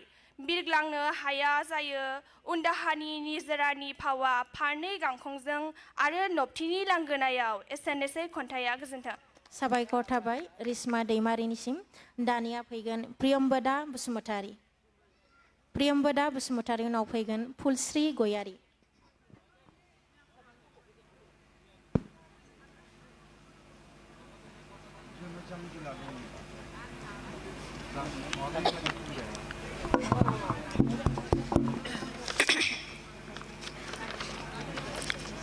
खुलुमबाय आंनि खन्थाइनि मुं दिनै आं फेगोन दिनै आं फेगोन औ आं फेगोन मानोना आं फेनोनो लुबैखादों बयबो सुबुं बुंसोलायो गोजा गुफुर गोरान गिसि माइब्रा माथा बिदै मोनलोंब्ला रोसो रोसो फेयो मोजां गोजोन मोनो टेनसन फ्रि जायो गोदो गोदो दो उन्दुलाङो नाथाय आं लुबैया माइब्रा माथा गोजा गुफुर गिसि गोरान बिदै लोङै टेनसन फ्रि जानो साननो हनै रोङै जानो गोथैसो जाना दो उन्दुलांनो दिनै 2 फेब्रुवारि नङाना ब्रैथि लिटारेरि फेस्टिभेलनि नैथि दिन क'क्राझारनि गौरां पार्कनि कालचारेल कमप्लेक्सनि उदां अख्रांनि लांदां फोथाराव दुफावलु खुवामि मोनाबिलियाव अरगें हमगोन रोहो रोहो मेलेमजिबि सुबुं ज' जागोन अरगेंनि सोरगिदिं बिसोर जिरायगोन अर सायगोन सुहाबनाय सिनस्रि फोरागोन बेयावनो बिसोर मोगथां जिउनि थार मोन्दांथिनि गोदै अमब्रै बिदैनि फिथिखा बिबा बिनो लुफावना होगोन आरो लोंगोन बिसोरनि लुफावना होनाय मदिराखौ आंबो दिनै जु जु लोंगोन बिनि उनाव आं फेगोन आरो दो उन्दुलांगोन खन्थाइया एसेनोसै गोजोन्थों साबायखर थाबाय प्रियम्बदा बसुमतारिनिसिम दानिया फैगोन फुलस्रि गयारिनि उनाव फैगोन रुबिला स्वर्गियारि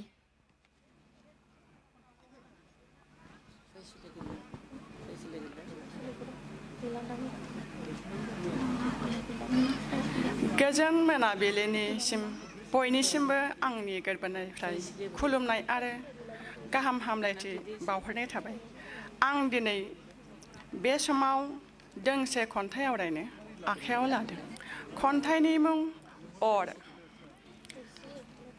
जोंखांनाय अर जोंनो होनायानो गाहाम जेसेबां जोङो एसेबांनो जोंनो हो खोबनानै दोनोबोला उखुन्दै खुगोन सिं सिं जोंनानै अर सालाय दिहुननानै ब्लाव ब्लाव जोंखांगोन जोंबाय थानाय अराव दै दालु दै लुयोबोला हांगार जागोन गोसोम आरो जोंनानै फैलांनो साननाया आसखान्दा जागोन अर थायाबोला सोर खामगौमोन जोंखौ मोदोमाव अर दङखायनो अर सायनो हादों गोसो सोलेराव बिमा रावखौ मोजां मोननायनि अर गोनांखायनो सोरजिनो हादों अरनि खन्थाइ बिखा बिख्लोआव बर' बिमाखौ मोजां मोननायनि अर दङमोनखायनो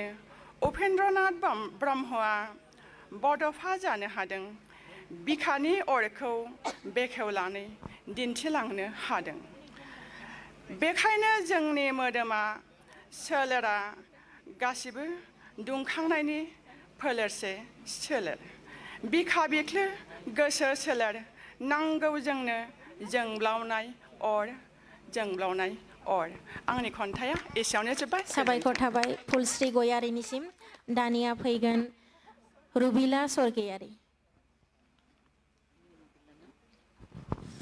রবিলা স্বর্গিয়ারির পরে আমি বাংলা কবি ডাকবো ওদেরকে আমি রেডি হইতে বলবো নাম হলো অশোক কুমার বাদল সূত্রধর ওদেরকে আমি রেডি হয়ে থাকতে বললাম मोनाबिलिनि बयनिसिमबो खुलुमनाय जासिबाय आंनि खन्थाइनि मुङा जादों गेरेबनाय फोरबो मेसेंस्रो बारहांनाय दुफावलु बोथोरनि निरासा आगान लामा बारस' बारस' होसोदों गावनि थावनि आं नायदों नुनाङै माखासे जामफ्लेलांनाय गुस्लायलांनाय मेगना गोरबोखौ सौसिलांदों माखासे नुथाय आं नाथाय हमथा हायाखै खुगा बुरखायख' हायाखै गोरबो दा बिदिनो समा गावनि दिंग्रायनाय महरजों देलायो सोलायनायनि मुङै जाय जायगायाव हर जानाय लोगो लोगो अरनि मुङाव गाबज्रियो आरो बेयाव सोदोब होनाय लानायनि मोखां नायै मोखां फालांगि खालामनाय जायो थैयै लोङै अग्रेम लाना बाख्रि सुफुंनो एसेनोसै गोजोन्थों साबायखर थाबाय रुबिला स्वर्गियारिनिसिम এতিয়া এখন আমি ডাকবো অশোক কুমার অশোক কুমার আপনি আপনার কবিতা প্রেজেন্ট করবেন অশোক কুমারের পরে আসবো বাবুল সূত্রধর অসংখ্য ধন্যবাদ ম্যাডামকে আমি এটা যারা আছেন তারা প্রকৃতই কবি এখনো জাননি যারা আর কি বসে আছেন তো আমার কবিতা সঙ্গোপনে কিছু কথা অদৃশ্য দেয়ালে ঘরের মধ্যে ছোট ছোট ঘর হয়েছে প্রেয়সীর সঙ্গে এমনি ছোট ঘর থেকে আমার মাকে দেখি সেলাই কলের পাদানিতে পা রেখে মা এখন বিষণ্ণ ও কঠিন যৌবনে স্বামীহারা হবার পর সমস্ত বিষণ্ণতাকে ঠেলে সরিয়ে জীবনকে মেনে নিয়েছিল মা প্রেয়সী ও আমি রোদে ছায়ায় দুলে দুলে হাসি পুরনো সব কিছুকেই ফু বলতে ইচ্ছে করে আমার না দেখা বাবার ফটো উল্টিয়ে তার উপর ফুটন্ত চায়ের কাপ রেখে প্রেয়সী হেসে হেসে জীবনের পুরনো সমস্ত ফাইল ইরেজ করা রপ্ত করায় আমাকে পুরনো সমস্ত ফাইল জুড়ে মা আর আমি সেগুলোকে ইরেজ করতে গিয়ে দেখলাম কালো কম্বল জড়ানো অন্ধকার এক একটা দিন প্রতিটা দিনের শরীরে মিশে আছে আমার শব্দহীন কান্না দেখলাম নিজের সমস্ত সুখ জড়ো করে মা আগুন ধরিয়ে দিল সেই স্তূপে সে আগুনের আলোতে আমি আলোকিত হয়ে উঠলাম আমাকে আলোকিত দেখে এই সুখহীনতায় মায়ের কত সুখ ফাইলগুলোকে ইরেজ করতে করতে এক সময় মনে হলো নিজেকে নিজের অস্তিত্বকে নিজের অতীত বর্তমানকে মুছে দিয়ে ছুটে চলেছি শূন্যে মহাশূন্যে যেখানে কোনো নতুন আমির ছোঁয়ায় আমার প্রেয়সীও ইরেস্ট হয়ে যাবে একদিন ভবিষ্যতের সেই অজানা আমিকে বিরত রাখতে আমার ইরেজ করা থেমে গেল ধন্যবাদ অনেক ধন্যবাদ অশোক কুমারজি এখন আমি ডাকবো বাবুল সূত্রধর আপনি আপনার কবিতা পাঠ করবেন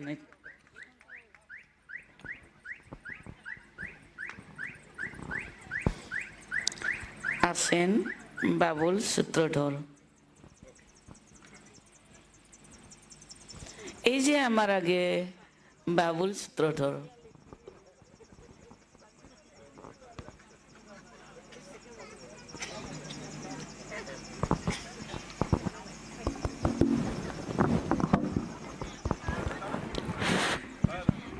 Good evening to all.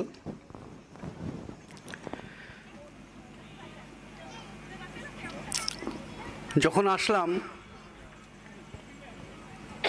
এক অদ্ভুত পরিবেশ এখানে দেখতে পেলাম মনটা চাঙা হয়ে উঠছিল তবে এখনো এই সুন্দর পরিবেশের অনেকটাই বাকি কারণ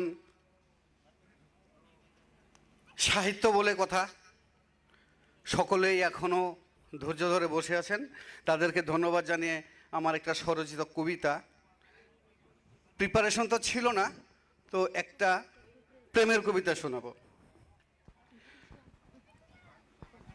কবিতার নাম পরিণত প্রেম তুমি কি জানো প্রেমের পরিপক্কতা কি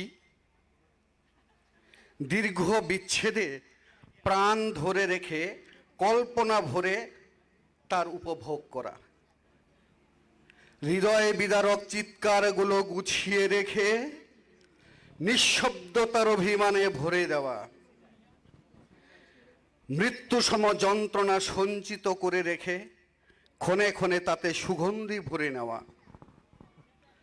তারপর হৃদয় পোড়া গন্ধে বিভূষিত হওয়া, এক বুক শূন্যতা বাঁচিয়ে রেখে তাতে স্মৃতি ভরে নিয়ে স্বপ্নে ডানা মেলা। তুমি কি জানো প্রেমের পরিপক্কতা?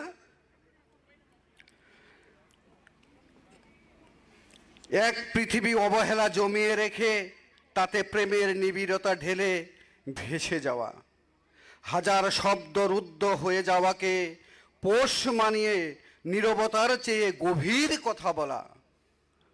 তুমি কি জানো প্রেমের পরিপক্কতা? অফুরান স্বপ্নকে আগলে রেখে অমাবস্যার আকাশে উড়ে যাওয়া, গণনাহীন অঘুম রাত জাগিয়ে রেখে চিরনিদ্রায় সমাহিত করে বেঁচে থাকা, কণ্ঠের মায়াবী মুহূর্তগুলোকে জড়িয়ে রেখে চলার পথে বিছিয়ে দিয়ে পথকে সঞ্জীবন করে তোলা। তুমি কি জানো প্রেমের পরিপক্কতা? তরল চাঁদের মতো দীপ্ত ওই মুখখানি গুছিয়ে রেখে প্রাণে আরো আরো প্রাণ ভরে চেয়ে অপারের পথে যাত্রা করা। তুমি কি জানো প্রেমের পরিপক্কতা? ধন্যবাদ। थैंक यू सर। दानिया फैगोन सहायसुलि ब्रह्म। सहायसुलि ब्रह्मनि उनाव जोंनि जोबथा फरायगिरि बिथां शुक्रजित दैमारी। सहायसुलि ब्रह्म।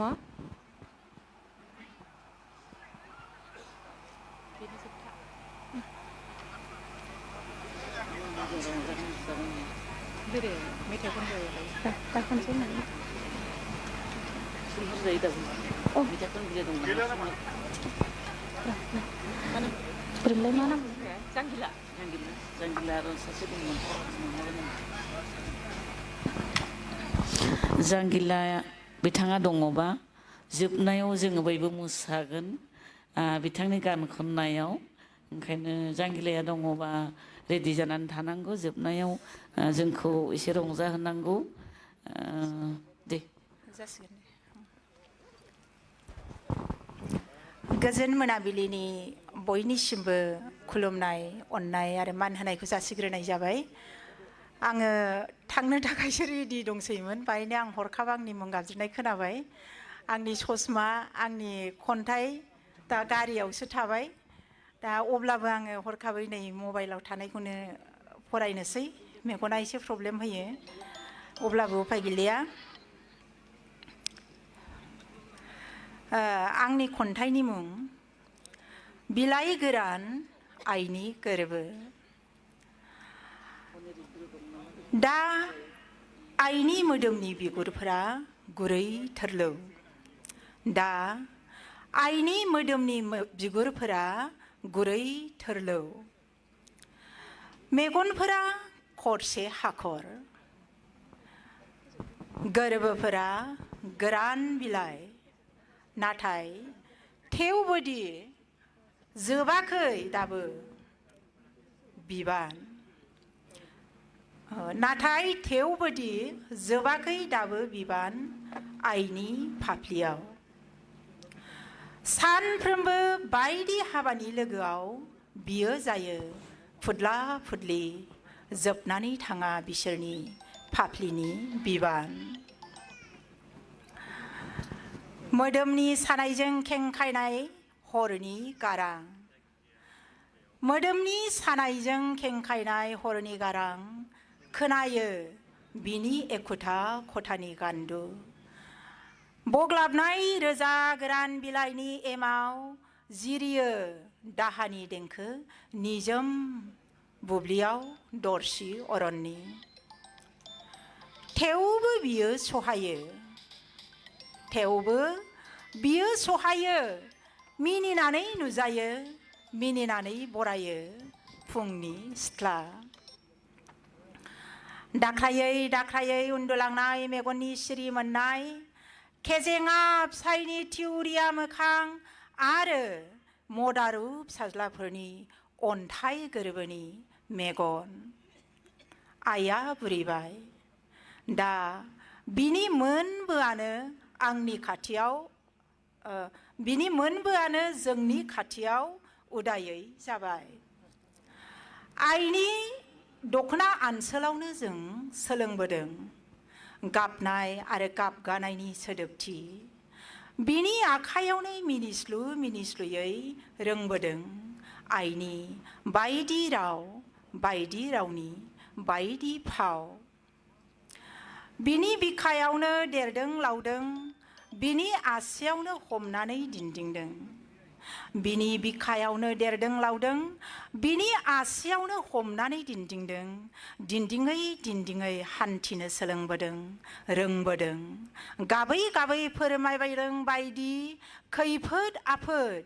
बिखायाव बजबै बजबै सुस्रांबोदों फिसानि खैफोद, बिसोरनि बायलुं गोसो। फिसाफोरनि संसार, फिसाफोरनि संसार। दा नाथाय आइया जेबो रोङा। आइया रायज्लायनो रोङा, आइया बुजिया, आइया उदाया।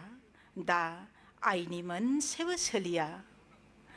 आइया दा हालाय हाफाय गोरान बिलाइ। सोरनो फोरमायनो गोरबोनि दाहा? आइया दा हालाय हाफाय गोरान बिलाइ। सोरनो फोरमायनो गोरबोनि दाहा? सोरनि मोखाङाव नायनानै मिनिनो, सोरनि थाखाय मिनिनायजों बरायनो फुंनि सिथ्ला? सोरनि थाखाय मिनिनायजों बरायनो फुंनि सिथ्ला? नागिरनानै मोनाखै गोहो, नागिरनानै मोनाखै जाहोन।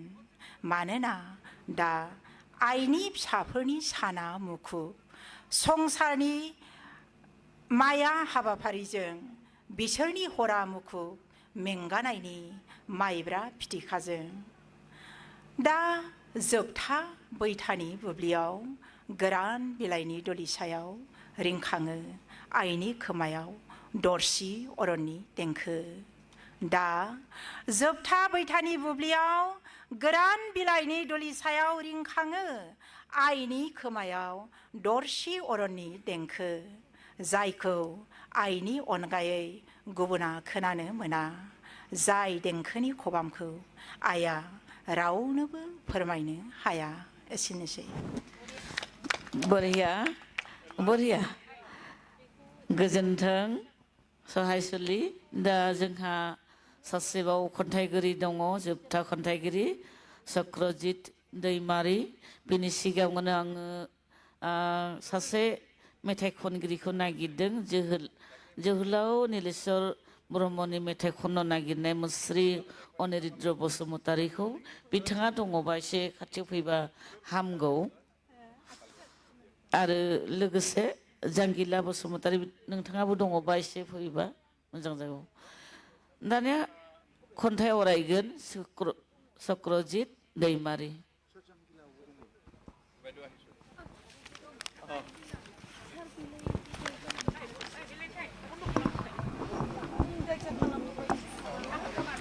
खुलुमबाय बयनिसिमबो।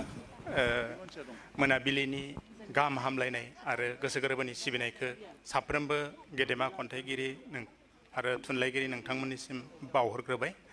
बे समाव जोंजों लोगोसे सार थरेन बर' आगु बर' साहित्य सभानि आफादगिरि दं, लोगोसे गासै गेदेमा नोंथांमोन। आंनि दिनै खन्थाइ मोनसे फरायनो लाबोदों। खन्थाइनि मुङा जाहैबाय गांसे 10 रांनि नट। आङो गांसे 10 रांनि नटआव हाबसोमनानै लिरनाय जादों। खन्थाइनि मुं गांसे 10 रांनि नट। आं गांसे जामग्लिनाय सोरलाब जिहां 10 रांनि नट। कन्याकुमारीनिफ्राय जम्मु काश्मीरसिम, गुजरात राजस्थाननिफ्राय सा सानजा भारतसिम खना खनला गोबां मानसिनि आखाइ आखाइ दावबायखांबाय। आं जेनिबो अजद गैयै उदाङै दावबायग्रा दावबायारि। जिउ सोलेराव रेगा जाना थाबाय गोलाव सम हान्थिनायाव मोनबोनाय फोरमायस' हायै जारिमिन बायदि रोखोमनि राव हारिमुजों साग्लोबसारनाय समायना फुरि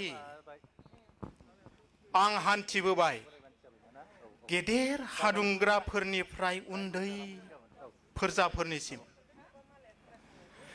गेदेर अफिसारफोरनिफ्राय सखिदार आरो मावदांसाफोरनिसिम दोहोनिफोरनि अख्रांनांगा दालाननिफ्राय गोरिबफोरनि गेग्रेब न'सिम सादुनिफ्राय सिखावनिसिम आरो ब्राह्मणनिफ्राय शूद्रनिसिम समायना गुरै आखाइनिफ्राय मुगै सुगै राखां आखाइसिम मन्दिरनिफ्राय मस्जिद आरो गिर्जासिम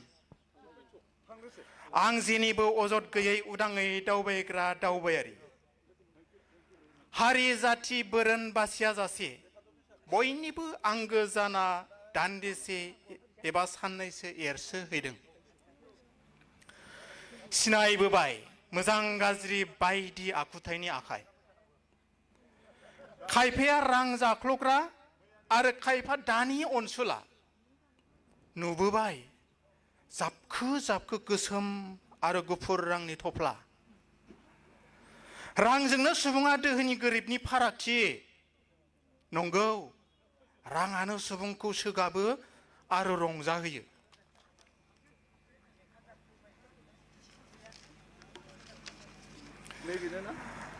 रांजोंनो सुबुङा सुबुंखौ मदद होलायो रांखावरि गोनांखौ समाजाव मान होयो सुबुङा आंखौ बाहायो साहा गलायाव साहा लोंनायाव गय दखानाव गय जानायाव बिरि सिगारेट सोबनायाव जथा सेन्देल सुथेनो मुसिनो होनायाव फिसा फिसौ मुवानि गोनांथि जानायाव माब्लाबा मैगं मुथा बायनायाव बिबायारिनो हरनायाव थैनाय सुबुंनो नाव बारनो हरनायाव मोजां गाज्रि बायदि बायदियाव आं गांसे जामग्लिनाय सोरलाब जिहां 10 रांनि नट जेनिबो अजद गैयै उदाङै दावबायग्रा दावबायारि आं सिरियै सानखुमायो आंखौ नाजावनाय आरो हरनायावबा हारि बोरोन बासिया नाथाय सुबुङा गावसोरजों गावसोर अनलायलाया सुबुङा सुबुंखौ मुगैलायो नासयलायो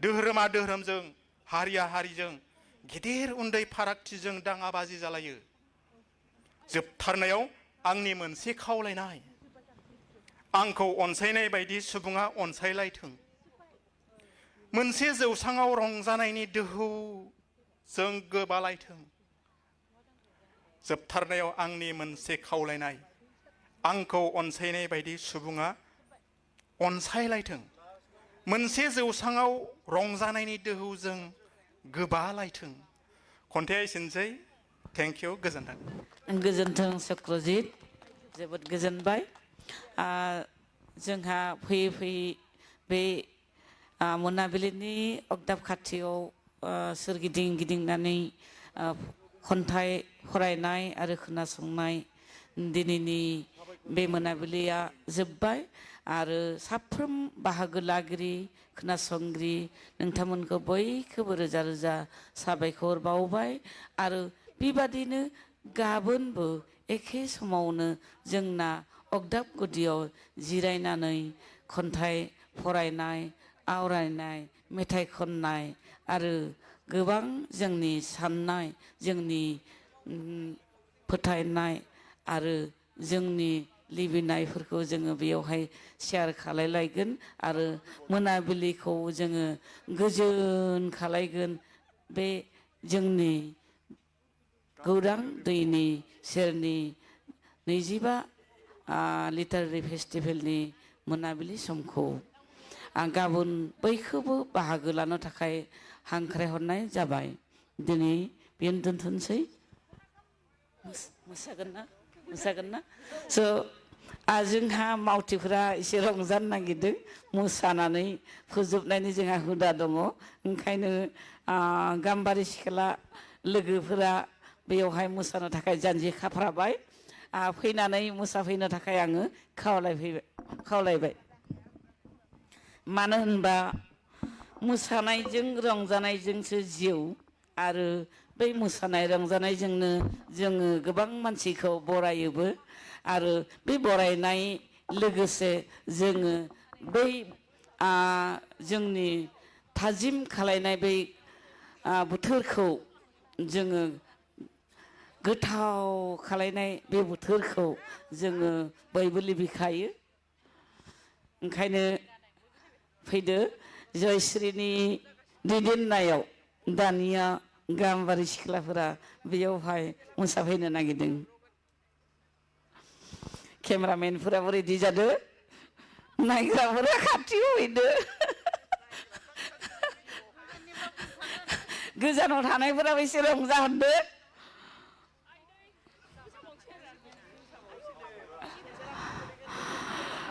अरा जोबोद गोथाव नंमारगौ अरा क्रिएटिभ होननानै अरा सोरजि लोगो दङ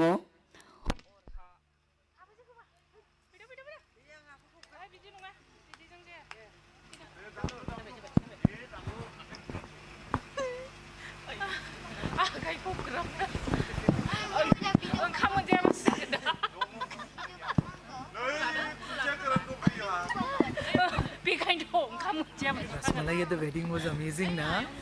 There was